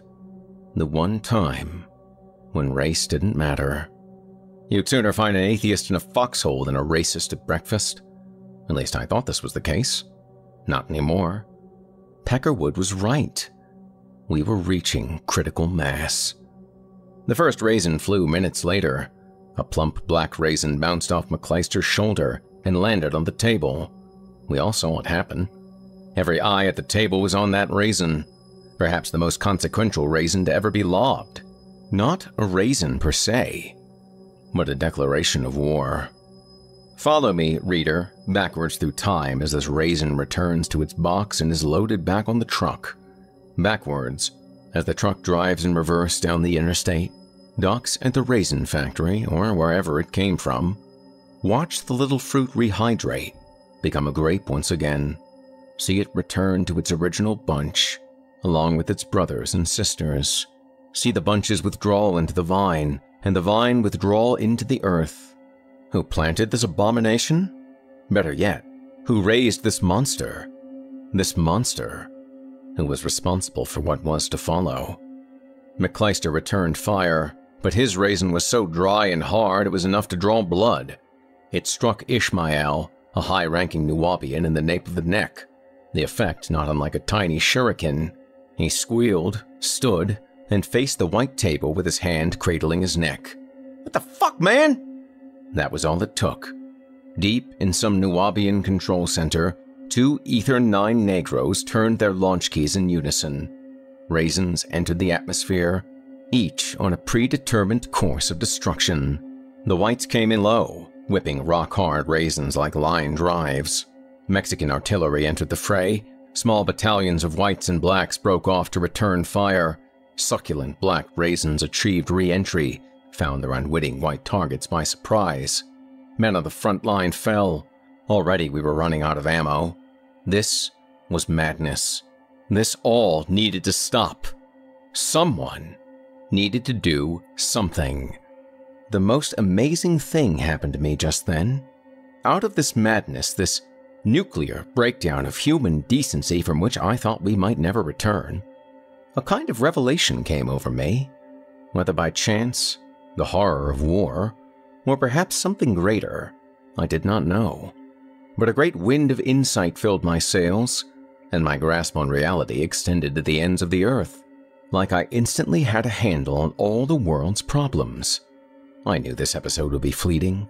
Great winds of insight always are. If I hoped to save the universe, I'd have to act fast. "Stop!" I said. I was standing on top of the table now. I didn't even remember climbing up there. Every eye in the cafeteria was on me, many of their arms still cocked and at the ready. "Can you not see past your own noses?" A pause. Many of the prisoners took this literally. All around the room, eyes crossed as they put it to the test.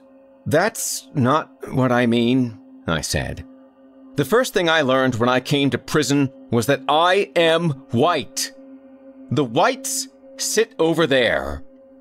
Sound familiar? The whites sat somnambulant. The blacks looked suspicious.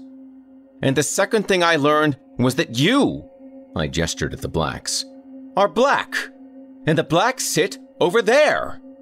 A few of the blacks scratched their heads. In the end, they nodded them. "We get it, man," said a black named Gefeltefish. "They pit us against each other so we're too busy to fight against them. It's Prison 101, man." "And you want us to be unified," Malachi, the black shot caller, piped in. "We get it. Like every trite, good-natured cracker wants us to be. All together, living in harmony. That right?" "No," I declared with uncommon authority. "I come with a greater commandment." Eyebrows raised from wall to wall. Yeah, I had not come to unify the world. I had come to divide them. Not from each other, but from themselves. A procedure to be performed without anesthesia. "I'm asking you all to abandon your tribes," I said. "To abandon all tribes. We're born, each one of us, with this gaping hole in our heart so that we may struggle to find our true purpose. The lost among us confuse purpose with identity, fill their hearts with the tenets of their tribes. To use group identity as a handrail to the human experience is to miss the whole point of being human. In our tribes, our true purpose can be no greater than our common denominator. So we shackle ourselves to the rail. We make victims of ourselves and declare moral authority. We make virtuous our pride, our envy, and even our self-righteousness. And to what end? The human spirit cannot be sustained in the ecosphere of any group, because our hunger is what keeps us moving forward. It's the same hunger which declares our right to freedom is God-given. The path of the human spirit is one of gratitude and gratification. But it takes courage, my friends. It takes bravery to stand on your own while the mob surround you with their shackles and their red-hot branding irons. But imagine the freedom. No need to hate what you don't hate. No need to like what you don't like. No need to stand for anything. No need to kneel for anything. No ideology to find affronted, no stake in matters irrelevant. I'm asking each of you to erect a statue of yourself in the temples of your soul, to shed your tribal garments and lay bare the gaping hole in your heart. Empty it of all the baseless rage and mindless groupthink, the convoluted belief systems. Abandon your group, declare your identity as your own, put your spirit in charge, and let your spirit alone decide how to fill your precious hole. Until then, take care of yourselves and each other. The wind in my sails was quickly dwindling now. I was pretty sure I'd stolen that last part from Jerry Springer. I wondered if I'd made my point. I wondered if I made a point at all.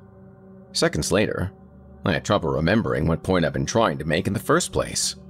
Like I explained, these inspired moments of mine are always short-lived. They have to be, I guess. Any longer, and you start to sound preachy.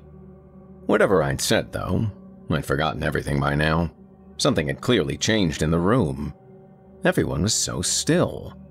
I had to glance at the clock to make sure the second hand was still moving. It was like they all had become trees. But what I saw wasn't a forest, just individual trees. Lord Peckerwood was the first to move. He stood and stepped away from the white table. He faced the room. He said, "I am Lord Derek. My name is Derek, and I want my hole filled." The next to stand was Malachi. The Aryans regarded him suspiciously at first, but the man's body language was unprecedented. No rhythmic truculence. He stopped before Lord Peckerwood, or Derek, and said, "I'm Alan. That's my real name. And I want my hole filled too." It was a sentimental moment at the cafeteria of Orange Oaks Federal Penitentiary. A tender heartbeat in every chest. But only once or twice, I imagine. Because Malachi's enormous black erection quickly became the center of attention, and Lord Peckerwood's knees hit the linoleum. First one, then the other, and in an amalgamation of abomination, racial harmony in the D block was finally achieved. It was truly going down now. Some convert angel of perversion poured out her bowl of debauchery on Orange Oaks. McCleister and a fat Nuwabian named Schmeckel met belly to belly in a splash of adipose tissue and writhing tongues. Gefeltefish, tripping to get out of his pants, fell into the lap of a Mexican drug dealer. Spitzik had his tongue in some white guy's belly button. Pinchas had a Mexican hanging from each nipple. Prisoners flooded into the middle of the room. Aryans and Mexicans mixed it up like arroz y frijoles. Pale horsemen mounted white stallions. The same stallions impaled black mares. A species of human centipede formed throughout the cafeteria, which an entomologist could only call Chilopoda analingus. Gilbert sat masturbating in the corner, alternating glances between the interracial debauch and his tattered dollar bill. Ronnie the tattooist put an end to this by swatting the bill aside and replacing his view with a pair of white and woolly testicles. Avram, the old Nuwabian court clerk, had joined Malachi to make a rotisserie of Lord Peckerwood, and they jostled him back and forth with great enthusiasm. "My real name's Earl, and I'ma fill my hole!" Shmielik, who yearned above all to be made whole, was being infused by at least 10 inches of the melanin he so desired. And, as angry as I'd been with him the other night, I said a silent prayer to Nibiru that at least some of it would stick. It shouldn't matter to him anymore if he'd truly shed his tribal vestments, but I was starting to get the idea they'd misinterpreted my message a bit. Could have been something to do with the gaping hole metaphor. Ugh, I told you those metaphors are trouble. At least they stopped fighting for the moment. More compelling than the need for tribal identity is the occasional illicit sex act. It's like a paper towel tube of marmalade for the soul. And just then, when I thought the whole world had been cast into chaos, the fabric of space-time torn to ribbons, the order of God tossed into a celestial Cuisinart, I heard an even greater message, one so profound it dwarfed the gay orgy in its perspective. The prophet was a prison guard, a knight in shining polyester. He came with cuffs on his hips and good news on his lips. He said, Roll it up, Sturtevant. You're going home. I was being released a day early. For good behavior. He didn't have to tell me twice. Just as I was making my exit, C.O. Beverly rushed in clad in nothing but his sock garters, his bruised and turgid lance poised for the joust of his life. I'm Randy Beverly, and I want to get my dick sucked. 10. Escape.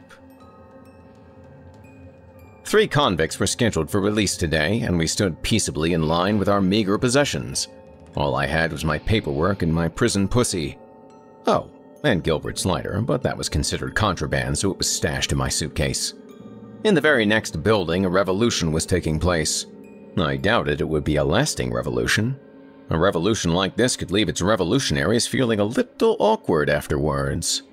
To be honest, I was pretty sure only a full-blown race war could calm the dissonance short of result.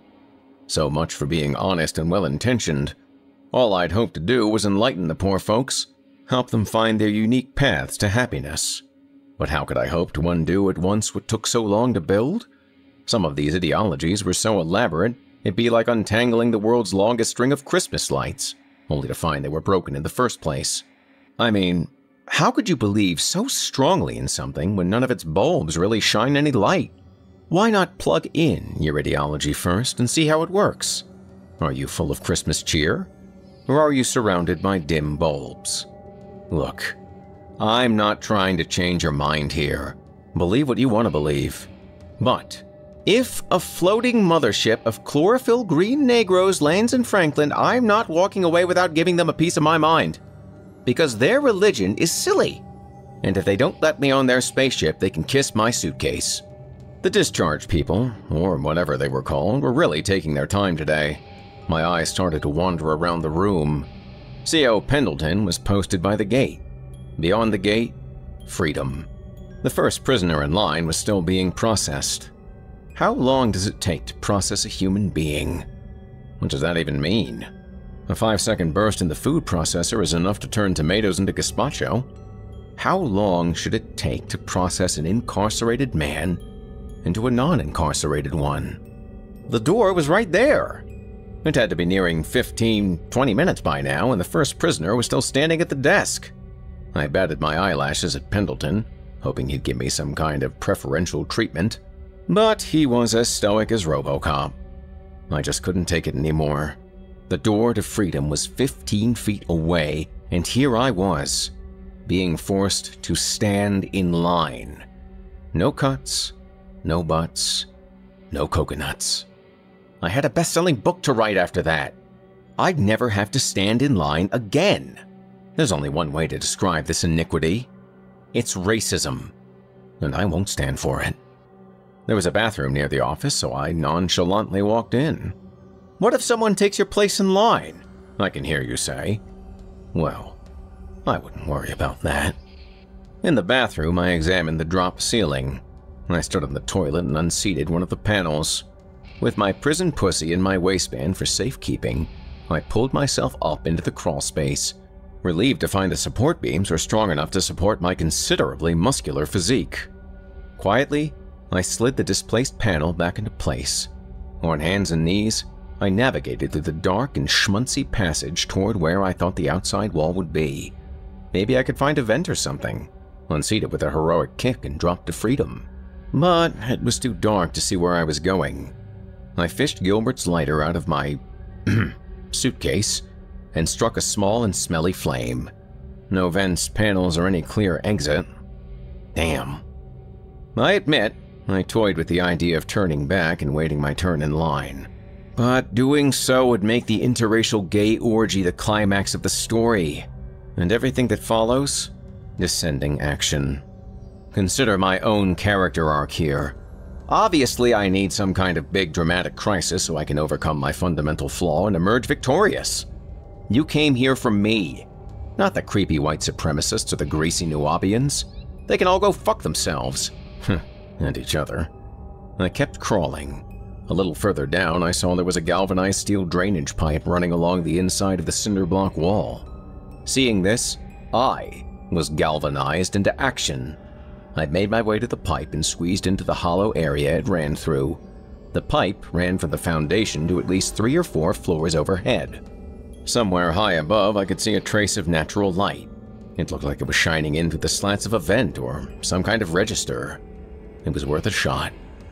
The steel was sufficiently corroded that it gave me a non-slip grip to climb with, and, along with my scratchy pink prison tunic, I clung to the steel like a little Jewish rain frog. Inching my way up the cold pipe, I felt like a parasite in the bowels of Orange Oaks Penitentiary.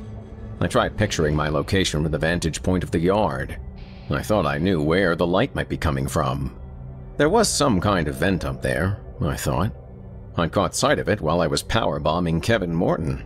If I could reach it, I might use a well-placed karate kick or dim mock strike to knock it loose, squeeze through the opening, and free climb down the outside wall into the yard. The thought of all that effort made me hungry, and I wished I'd gotten a chance to eat my breakfast. But my hunger for freedom eclipsed all else. There was no turning back now. Inch by inch, I made my way up the vent. I could see the entire yard through the slats.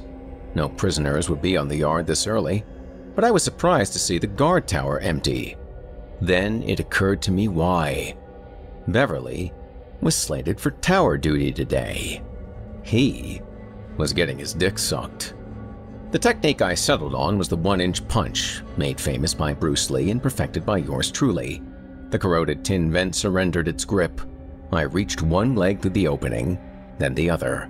I pushed myself through until I was resting on my chest. I looked down. Just a few feet below me, there was an outcrop I could land on. A kind of stone veranda surrounding the gates to the yard. Not far inside those gates would be RoboCop himself, C.O. Pendleton. I'd have to do this as quietly as possible. Executing a perfect parkour landing and roll, I dropped onto the top with ninja-like silence. Not a peep from the building. It occurred to me that I'd stand out like a sore thumb in my pink prison garb, so I stripped down to my underwear and left my clothes on the roof. I squatted on the edge and took hold of the stone pillar and slid down to the ground. No one in sight. Ducked down low, I loped across the yard until I reached the wall near the basketball courts. 20 feet high and topped with razor wire. I took one last look over my shoulder, then scaled the wall, slithered through the razor wire, and dropped down on the other side. Freedom. Author's note. Before you accuse me of blowing past that part, let me remind you how forthcoming I've been to this point. Certainly you can survive without a few minor details. This much I will tell you though. My re-entry into the free world was not unlike my initial one. I was cold, I was hungry, and I was now completely naked. Looking up, I saw my underwear dangling on a barb of razor wire. It was now me versus the world, with nothing in between. Checking often for the inevitable helicopter, I bounded over the billowing hills of the landfill. I stopped behind a construction trailer to catch my breath, peeked through the window to see if anyone was inside. Nobody there. But neither were their clothes. Or food. God, I was hungry. I listened quietly for a minute, but there were no surging search teams, no whirring helicopter blades. Could it be that I'd made a clean escape? Vanished into thin air? On I went, a nude and swastika-covered coyote, prowling through the high grass of the Blue Hill Preserve. By the time I reached the foot of the mountain, I figured by the sun it was about 3 p.m. Nature unmolested and magnificent, from horizon to horizon.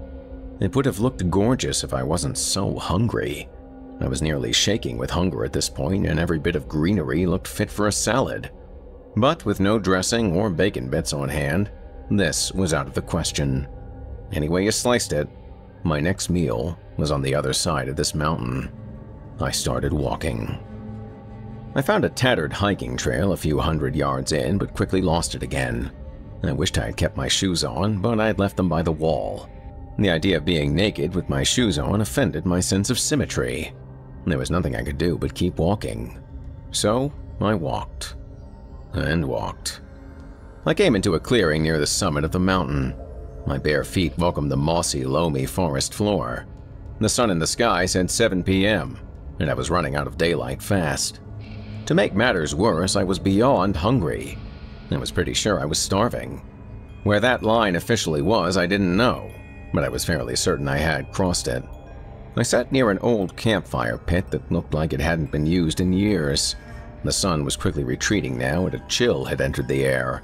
With the last of my waning strength, I shoveled handfuls of leaves and old dead twigs into the pit, fished Gilbert's lighter out of my suitcase, and got a pitiful little fire started. With time, it grew, and I added bigger bits of wood and forest detritus until the fire was enough to warm by. The circulation returned to my fingers and toes, but the knot in my stomach only tightened. It was full dark now, maybe 10 p.m. I'd missed 3 square meals. Soon, I'd miss my midnight snack. I was starving. Starving to death in the wilderness. It was just then that I heard a voice. A small voice, but clearly directed toward me. Rise, Jeff. Kill and eat. What? From out of the brush, a little bunny hopped into my camp. A white, fluffy bunny. Rise, Jeff. Kill and eat. Now I was sure I had heard the thing right. Either that or I was hallucinating. Was I seeing a vision? Didn't this happen in the Bible? Kill and eat, it repeated. Kill and eat.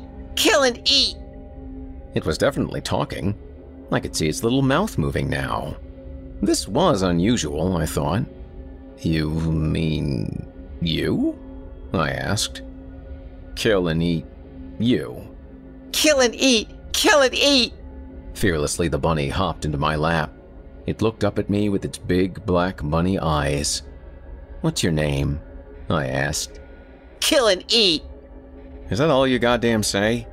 Kill and eat. Kill and eat. Well, you don't have to ask me twice, I said. I grabbed the bunny by the scruff of the neck with my left hand. It blinked its big bunny eyes at me and folded its ears back. I punched the bunny in the face a few dozen times until my arm was too tired to continue. Its face looked much different afterwards, but it was far from dead. Kill and eat, it said, but now its voice sounded like it had been punched in the face a few dozen times. Kill and eat. I poked it viciously in the eyes, a la the Three Stooges. I thought maybe I could get to the brain if I poked hard enough, but this didn't seem to be working either. Then it occurred to me. This was definitely not the best way to kill a bunny. I was never a Boy Scout, keep in mind. This whole survivalist thing was new to me. But the best way to kill a bunny was probably the same way you'd kill a kitten, or a bichon frisé, or a baby mink. You'd twist its head until the neck snaps. Kill and eat, it said one last time. I twisted its head until I heard that satisfying snap, not unlike the cap on a refreshing carbonated beverage. There, I said. Step 1, done. I just sat there for a minute and looked at the mangled bunny in my lap. I sifted around the stones by the campfire until I found one that looked sharp enough. Then I laid the bunny on its back and attempted to skin it. It was harder than you'd think. The skin was so soft and pliable it was impossible to pierce. In the end, the act felt barbaric, and I settled on tying its ears in a knot and holding it over the fire with a branch. The acrid fumes of burning fur filled the camp. Soon after, the aroma of meat. When the bunny was what I estimated well done, a charred and blackened anthropoid on a stick, I took it from the fire and blew on it. I nibbled on one of its feet a little bit, but it tasted awful. I threw the carcass on the ground and sat sulking with my knees to my chest. I hadn't had a proper meal in 6 days now. Not a crowned rack of lamb, no filet tartare, not a solitary egg of beluga. Nothing. There was a good chance I'd already become malnourished beyond repair. And where was this God who provideth? Who provideth me without so much as a young asparagus and a George Foreman grill? Why, God? Why do you withholdeth? Why do you leave me withouteth? I tried slitting my wrist with the rock I tried on the rabbit, but it only kind of scratched me. I suppose it wasn't the most genuine effort. only a kind of symbolic gesture to demonstrate I was unhappy with my accommodations. In that vein, I commenced to flagellate myself with a green twig from a nearby sapling. When my arm got tired, I tossed the twig away and just sat there with my arms wrapped around my knees. I lay my head on the hard forest floor and pictured Mike Lindell, sleeping soundly on his pillow in Minnesota, and was filled with sour resentment. With his machine-washable cover and patented fill, what did God see in him that he didn't see in me? Could it be that God himself watched out for the Canada Goose? Could Mike Lindell have found favor with him simply for discovering an alternative to Goose Down? Could the very streets of heaven be swarming with Canada geese, the gold-paved streets made green with grassy goose shit? My God. The thought made so much sense it sent a wave of dread through me. It was I who was the problem. I who was wrong. I looked up to the indifferent heavens, watched the listless stars in their perpetual retreat. I felt the great, vacuous nothing of the universe, saw my sorry silhouette against the night sky. This inconsequential bug on the circle of the earth. Jeff Sturdivant, a man made wrong, down to the very spelling of his name. The cosmos wanted no part of me. Even gigaparsecs away, the stars denied me their light. I felt a great sucking loneliness that threatened to sweep the whole world from beneath my fallen body, to roll up everything I've touched and throw it in the wash, to send me careening into this vast and empty nothing. It takes bravery. It takes courage to stand alone in this dark and sucking nothing. To be an emaciated raisin in the mealy slop of the earth. But will you weep when I'm gone? Will you even notice? Will you? Will you even remember me? I lay on my side and clutched my prison pussy to my chest. We did not make love. We just held each other. There would be no one to watch me die. No hand to hold but the icy grip of death. In the dark, unforgiving wilderness where already the vermin of the earth could sense my slowing heart, making ready to reclaim what was theirs since the beginning. My dying, useless flesh. A last look at the stars saw them winking out of existence. I knew just why. They were turning away, no less dispassionate than people. One turns his back to you, then another, then another. Then you're an outcast, a weirdo, a nothing. And the moon was high in the sky that night, but there was no man on its face to appeal to, just the pocked and cratered buttocks of its ancient, wizened ass. I was the most alone man on the planet. Pending the discovery of extraterrestrial life, I was the most alone man in the universe. And alone, I would die. And I would not go to heaven, not like Mike Lindell. Nor would I go to hell, because God would be too indifferent to send me to either one. I was dying, and when I did, I'd be gone. And that will be that. Tossed into God's Cuisinart and expressed in celestial gazpacho. Oy vey, I said. Vey is mir. 11. Rebirth. I felt better in the morning. Weak, but not so existentially dreadful. Sorry about all that. The fire had dwindled to a few glowing embers. The birds high above in the canopy engaged in their chipper coffee talk. I was still starving to death, but the end hadn't been so near as I thought. Maybe I'd give the bunny another try. I'd heard it was an acquired taste. But when I turned to look, I saw the rabbit was gone. And then I saw the paw prints around me, circling the camp. The prints were unmistakable. They were wolves. There must have been a whole pack of them. How hadn't they eaten me too? They hadn't even disturbed my slumber. I didn't appreciate them stealing my bunny, but this had to have been the most polite encounter with wolves one could hope for. And if not a pack of wolves, at least a band of coyotes. Possibly a skulk of foxes. At the very least, a boogle of weasels or a business of ferrets. Still, it was hard to imagine how I hadn't been killed. A naked and tasty morsel, weak and defenseless in the middle of the wilderness. And that's when I saw the other footprints.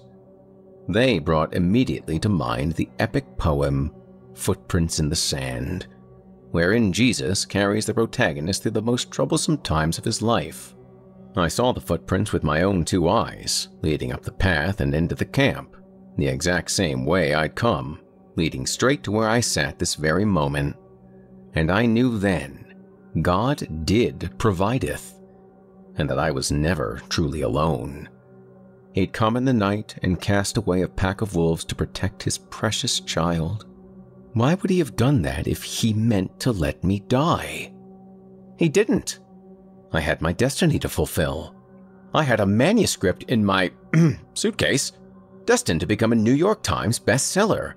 I had Jason Hill to track down, the so-called king shit of Fuck Mountain, with his harem of women and hemoglobin-laced voice. And God help him if he welched on our deal. My next hiking trip would be up to his mountaintop chalet. I would fulfill my destiny, even if it meant returning to prison with paperwork that needed no forgery. Renewed, I got to my feet and continued on. It was all downhill from here. 12. Return. I'd become a creature of the forest after my night in the wilderness, and only halfway down the mountain did I realize I was unpresentable in my current condition for my return to polite society. I stopped to rest in a weedy copse of birches and fashioned a crude pair of underwear from the broad leaves of the bastard helleborine. I thought I'd looked rather fetching in them. My hypoglycemic delirium had given way to a ketogenic weakness. It was clear my body had begun to consume itself. I was crawling on all fours by the time I reached the foot of the mountain. Franklin Park, 1 mile, a street sign said. This struck me as so profoundly poetic. I lay prostrate in the roadside gravel and let the gravitas wash over me. Then, I got back to my hands and knees and continued on. I was less crawling, more slithering by the time I emerged onto my street. If viewed from high above, you would have seen a meandering swastika tracing a line across the countryside, a visual depiction of Hitler's occupation of France in World War II. And, if you had, you might have described it in fewer words, or even decided it was a bit of a reach for a lousy metaphor and done away with it altogether. I've been through a lot, Raider. Stop busting my stones. Crawling up the front lawn, my house looked so much bigger than it ever had. I never imagined I dwelled in such a stately manner. My plush and luxurious bed, my refrigerator, filled with refreshing beverages and treats fit for royalty. And there was my car, my trusty old Toyota. I hadn't realized how much I missed driving, how much I missed delivering parcels. Even the strange stuff like dildos, bear heads, and biohazardous who knew what. I missed it all. Never had I been so grateful to finally be home. At the front door now, I pulled myself up to my feet, braced myself against the door frame. I reached for my pocket to get my keys. Oh, fiddlesticks, I said. It's difficult to explain how one feels in a situation like this, so I'm just going to stick to the action. I crawled back down the driveway, across my neighborhood, up the interstate, into the woods, back to the copse of birches and bastard helleborine, up the mountain, through the camp, over Jesus's footprints, back down the mountain, through the high grass of the nature preserve, past the construction trailer, over the hill and dale, through the smelly landfill, up the prison wall, through the razor wire where I retrieved my underpants, down the wall into the yard, through the yard, where high above C.O. Beverly was busy masturbating, up the stone pillar to the roof where I put back on my prison garb, pulled myself back into the vent, crawled back down the pipe, made my way through the filthy crawl space, moved the ceiling tile, and dropped back into the bathroom. I checked myself in the mirror, splashed a little water on my face. I walked back out into the discharge area, or whatever it was called. The line had long since disappeared. I approached the window. "I'm Jeff Sturdivant," I said. The lady raised an eyebrow. She thumbed through a nearby stack of papers, hit a few keys on her computer. She had medium-high cheekbones. "Weren't you supposed to be released yesterday?" she asked. I was in the bathroom," I said. 13. Afterward. You know, with all our perceived differences, it seems to me that there are two real types of people in this world. Those who go, "Ba ba ba," during Sweet Caroline, and we who watch them with pity and disgust, and a secret longing in our hearts to be just a little bit more like them. If you're looking for the thesis of this book, I'm not sure that was it. It was just something I thought of this morning that kind of amused me.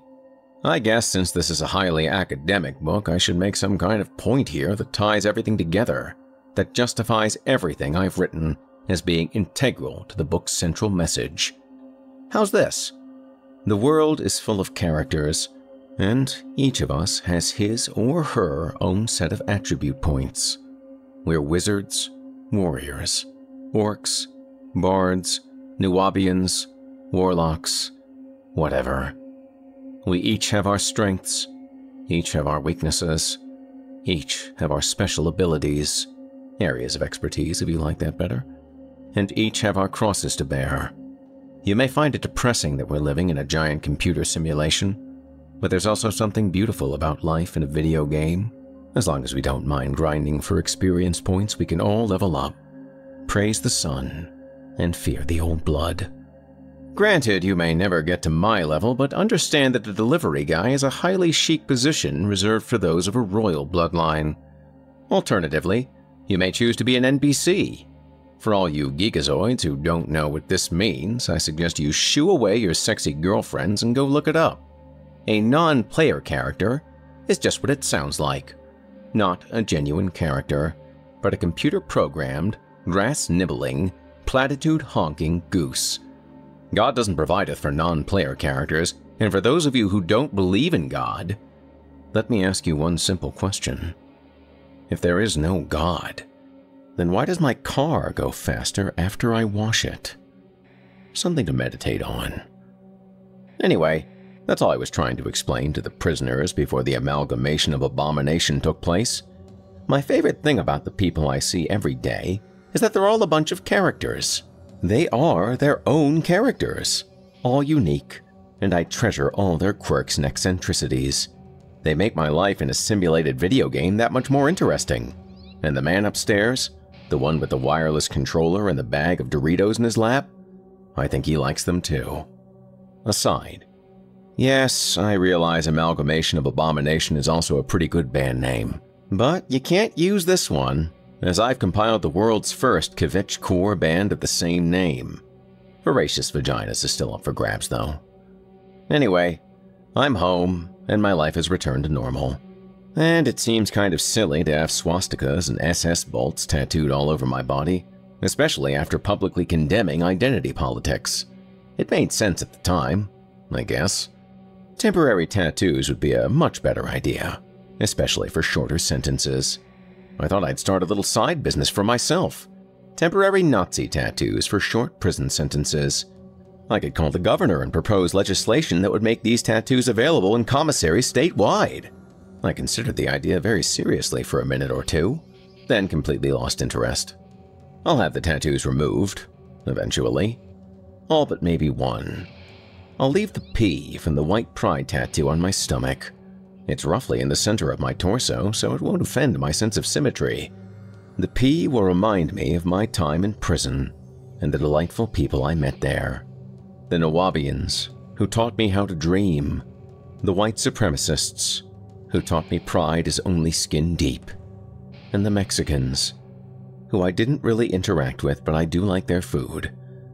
And most of all, Kevin Morton, who taught me that anyone can be redeemed. And if not to society at large, at least to himself. Who needs society anyway? Stop. I already know what you want to ask me. Would you do it all again, Jeff? If you could turn back time, rewind to that fateful afternoon last Friday, would you approach the situation any differently? Maybe. Maybe I'd fuck that goose right in the ass. Or the egg hole, whatever. I guess the male goose only has an ass, so yeah, probably the ass.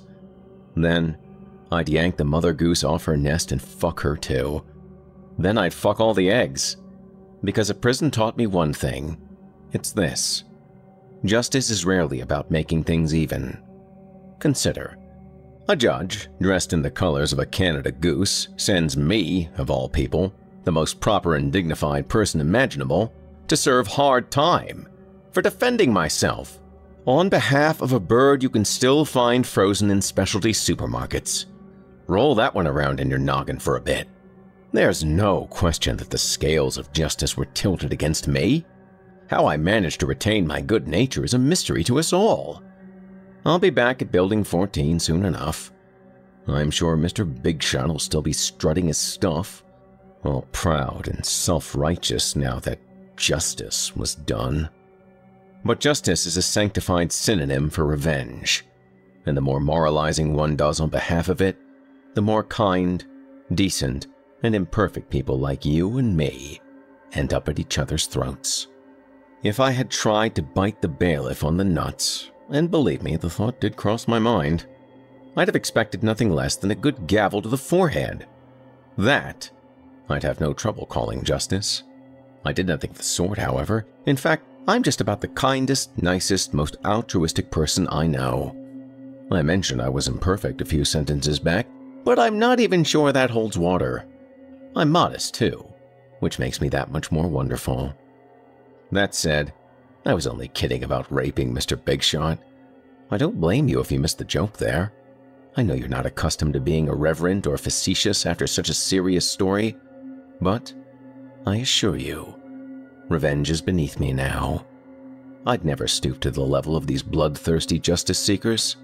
Life is too wonderful to waste your time wallowing in resentment. Besides, I couldn't even picture doing such a terrible thing.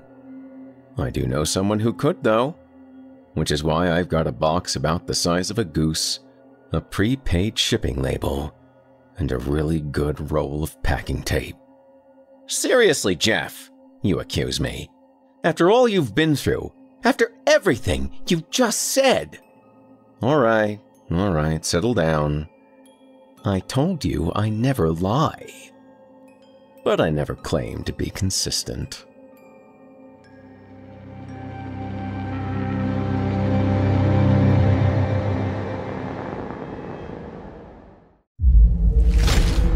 Chilling tales for dark nights.